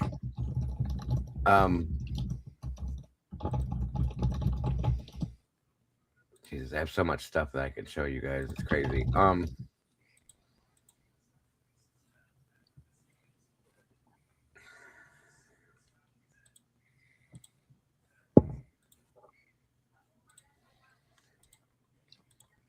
So this was today when they went and towed Lucas's car, and then they towed the other vehicle as well. Boom. So they were in the process of towing. Was it just? And then there's the guy in the back over there too. Ah, see? I'd love to have that. I can send it to you. Yeah, here, just call. Boom. So they were in the process of towing. Was it just? And then there's the guy in the back over there too. There's a better video. This is a shitty one. There's a Charger right there that they're hooking up. They're getting ready to tow it. Ah. That's his vehicle there. See? There was also, kind of ironic to you guys, there was also a white sport utility vehicle that belongs to their mother that was sitting in the driveway that I believe was towed as well. And it's kind of funny because the white vehicle that they were tailing, or the vehicle they were tailing, remember the first guy they took into custody, Carlos Palenzuela, I think his name is? Yeah. And I'm not saying this has anything, but it's weird how this lines up. It was a white sport utility vehicle. They were trailing him, and he pulls over, interacts with them. They detained him, right? Served a warrant on his house, tore it up, so on and so forth. The vehicle sitting in this driveway that belongs to these guys' mother is a white sport utility vehicle. So it's just one other thing that kind of lines up with something else that maybe makes me wonder if this vehicle was seen on a camera. Hence the reason why they were looking for that's that specific person. They just had the wrong person because he did deliveries in this neighborhood too. So just saying, God damn it, where I don't know if I'm going to be able to find this right now, but it's in here. But the point is I've matched it. I will find it at some point, folks, and I'll show it to you. The point is the tattoo that is on his arm that comes to his wrist lines up directly with the hand in front of the camera. You can see it right there. And I don't know why I can't pull this up. I had it up earlier. DA, your mic is hot and it's picking up everything you're doing. All right. That's what kind of convinced me at that point was that photograph. And that's when I said, that's it. That's got to be him. DA, So, your mic is hot and it's picking up everything you're doing. there's every echo coming back too. All right. Which one of you guys sent that to me? Damn it.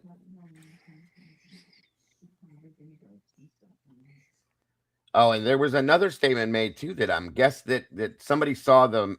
That's another weird thing. The medical examiner's van, it's written on the side of the van, showed up at that house that those people were detained in. February 14th at 6:51 in the morning. They posted this, that it was there then that night before, along with federal agents, forensic teams, and local law enforcement. Why would the ME's van show up at a house that people were detained at and then they were let go? Medical examiner doesn't go just to standard investigation scenes. Yeah. I'm just like, there's too many of these things that are weird to me. So yeah. Well, that video with the overlay was amazingly like, Yeah. Like you That's said, crazy. the nose placement, the eyebrow placements are it's spot all, on. Yeah, and I'm sorry, you guys. I can't, for whatever reason, I can't. Oh wait, is it in here? Hold up, I might have found it. Yeah, it is right on point, you guys, and it just blew my mind. And then when I saw the tattoo piece, I was done. That was it for me. And at that point, I have to say that Lucas Daly was standing in front of her camera that night or that morning. Is this it? No, almost there. Anyway, if you guys want to see it, okay. Aha. Is that the right one? Hold on. I knew I had these photographs here. Okay, this will work enough for it. It's very hard to see. You gotta like really blow it up, and I'll just tell you, you can go back and look at it yourselves. Let's see there. All right, so right there, you see my cursor? Yep. Right there. Maybe I can blow it up just a bit more for you. Okay, right here. Yeah. Okay. It's the end of this tattoo that goes to his wrist. Okay. Now I have a photograph of Lucas Daly sitting, and that's the other one I'm looking for right now. He's sitting at like I just sitting somewhere, and he's in a photograph. Okay.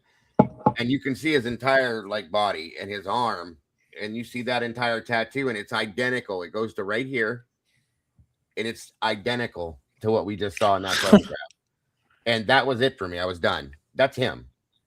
Then you have to think the FBI already knows all this, right? I think they do, because they're just waiting on, I think at this point, Lee, I think they're waiting on this DNA to come back. Yeah. And they're being careful, in my opinion, because I don't know, but I think they would know. Excuse me, if Nancy's alive or deceased at this point. Okay. Right. So I think they're being careful for those reasons in that aspect. Now, in my opinion, I think Nancy is probably based. If we listen to what the emails that have been being sent to Harvey Levin over at TMZ, this person is saying they know who it was. He got a fourth one this morning. And this person says this, they keep saying, this is my last and final, blah, blah, blah. But this person said, I know they don't believe me. I don't trust the FBI, blah, blah, blah, all this other stuff. And he says, I know what I saw 5 days ago south of the border. And the letter he got before this said that this was going to go international. Well, that's Mexico. And I know that I saw Nancy Guthrie, these people, multiple people, so on and so forth. And he wants money for this to give that information over, which kind of pisses me off. Like, do the right damn thing. And right. But whatever. Yeah. But yeah, I mean, if this is all true, then, that would mean that Nancy's possibly in Mexico, alive or dead. Unfortunately, I don't want that to be the latter, but yeah, there's a lot of craziness with this, but I think that at the very least, Lucas Daly and his girlfriend are involved in this very deeply. By the way, this is a Guthrie related thing and an Idaho 4 related thing. I want to ask your opinion about something. I was talking to Birdie about this today, Birdie Bombshells. And I was talking about this. Isn't it ironic? And this is for me, don't you think? Isn't it ironic? Don't you think? So sorry, I couldn't. Yeah. So that at the crime scene at Idaho 4, they said the reason why we didn't test the blood on the downstairs banister or the glove outside is because it was too far removed from the crime scene.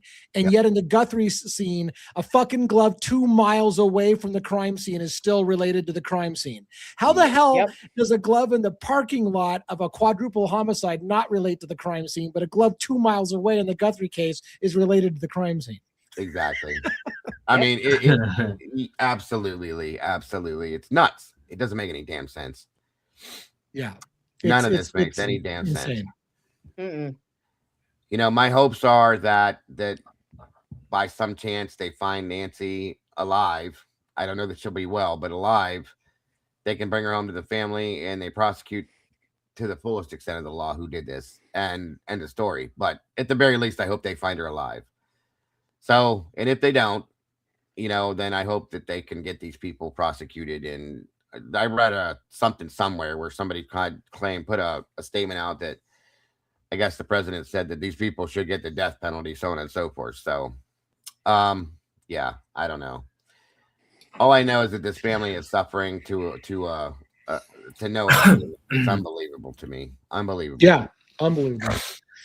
All right. Well, it's that time of night. I think we should close. A lot of great topics. Letcher County, by the way, please get your eyes on this case. Talk about it. Priority. Pressure somebody, call somebody in, Congress or senator or whatever. Time is running short because they're gonna railroad Sabrina into probably a quick and dirty plea to avoid going to trial so that the details don't come out.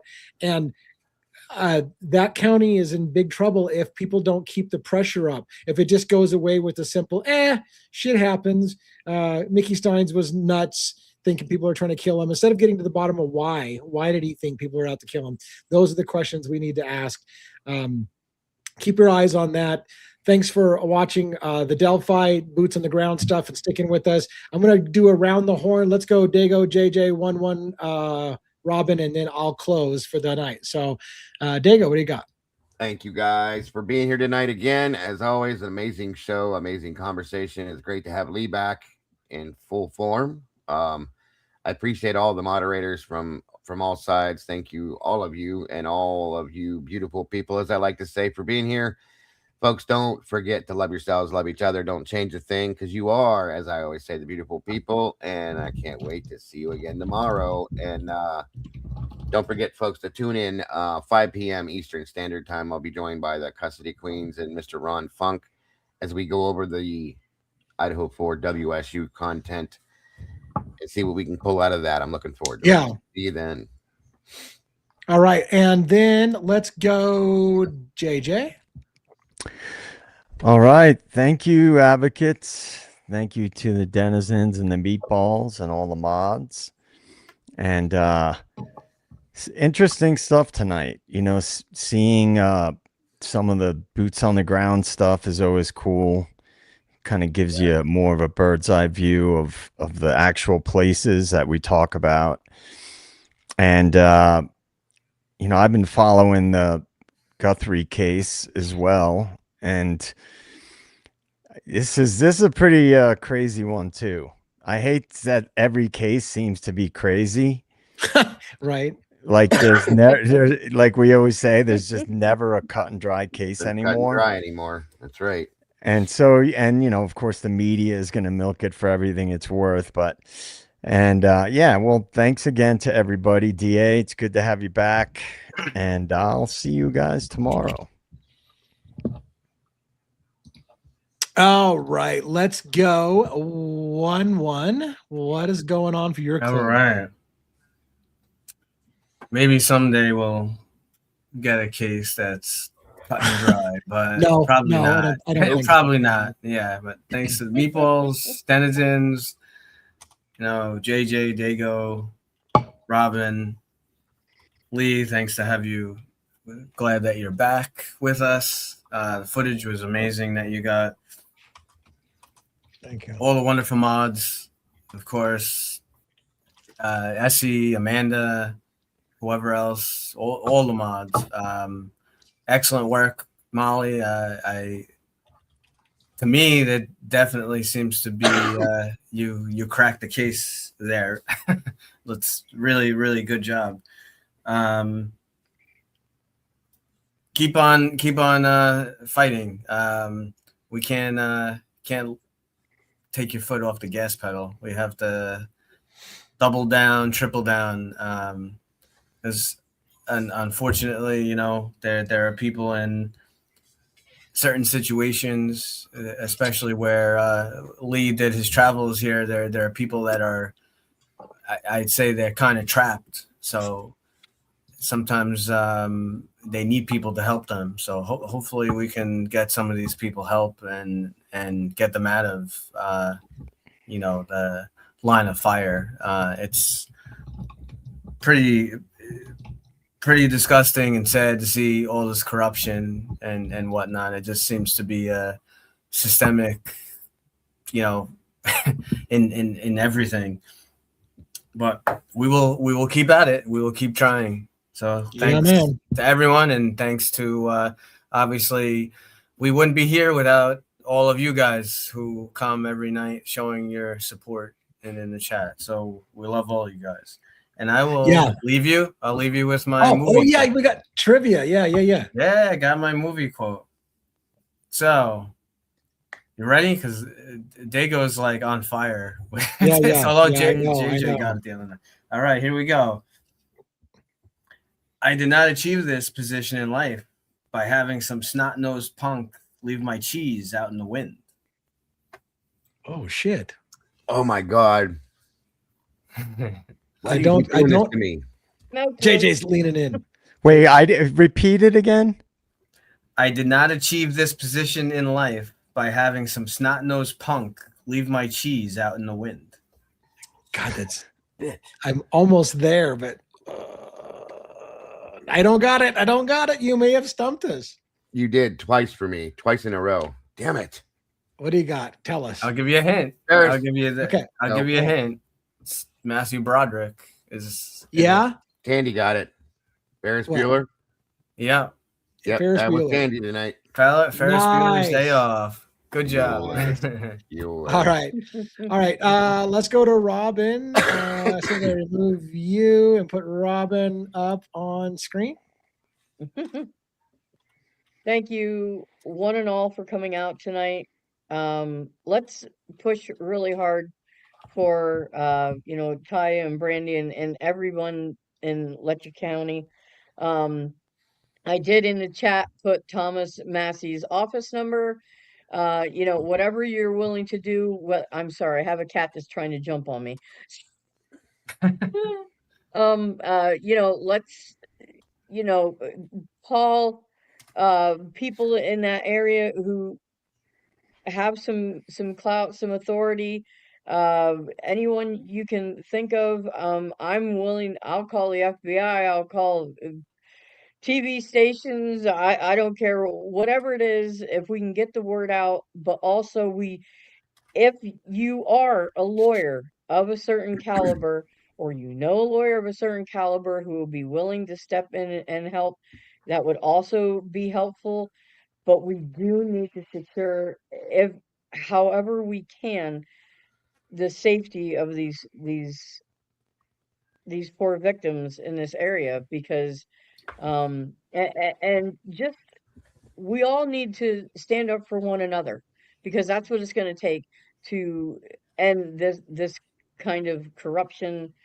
And but thank you to everyone for being here on both channels, whether you are here live or on the replay. We appreciate each and every one of you, and I hope that you all have a wonderful evening. Yeah. All right. Well, thank you so much for that. Our panel is amazing as always. We got a special thing going on. I still believe that very much. Even if the numbers don't show, I feel like we're a better channel than our numbers show. We got a really cool thing going on. So thank you all for being part of this. And we're doing boots on the ground, and we're covering big things, and we're hopefully going to get some attention on the right cases. I'm still hopeful, before I check out of this reality, or whatever you want to call it, that I'll make a difference in the world. So I'm still planning on trying to make a difference in this world, and put somebody behind bars that belongs behind bars, or free somebody who doesn't belong behind bars, or shit, how about the combo or the trifecta, and do both. All right. Have a great night, everybody. Thank you so much. And check us out next tomorrow night at 6 p.m. Pacific Standard Time. And don't forget to check out the Defense Rest show tomorrow at 9 a.m. Eastern Standard Time to get more eyes on that Letcher County situation. That's a mess. Take it easy, everybody. Have a good one. Good night, everybody. Good night, guys. Good night. Great.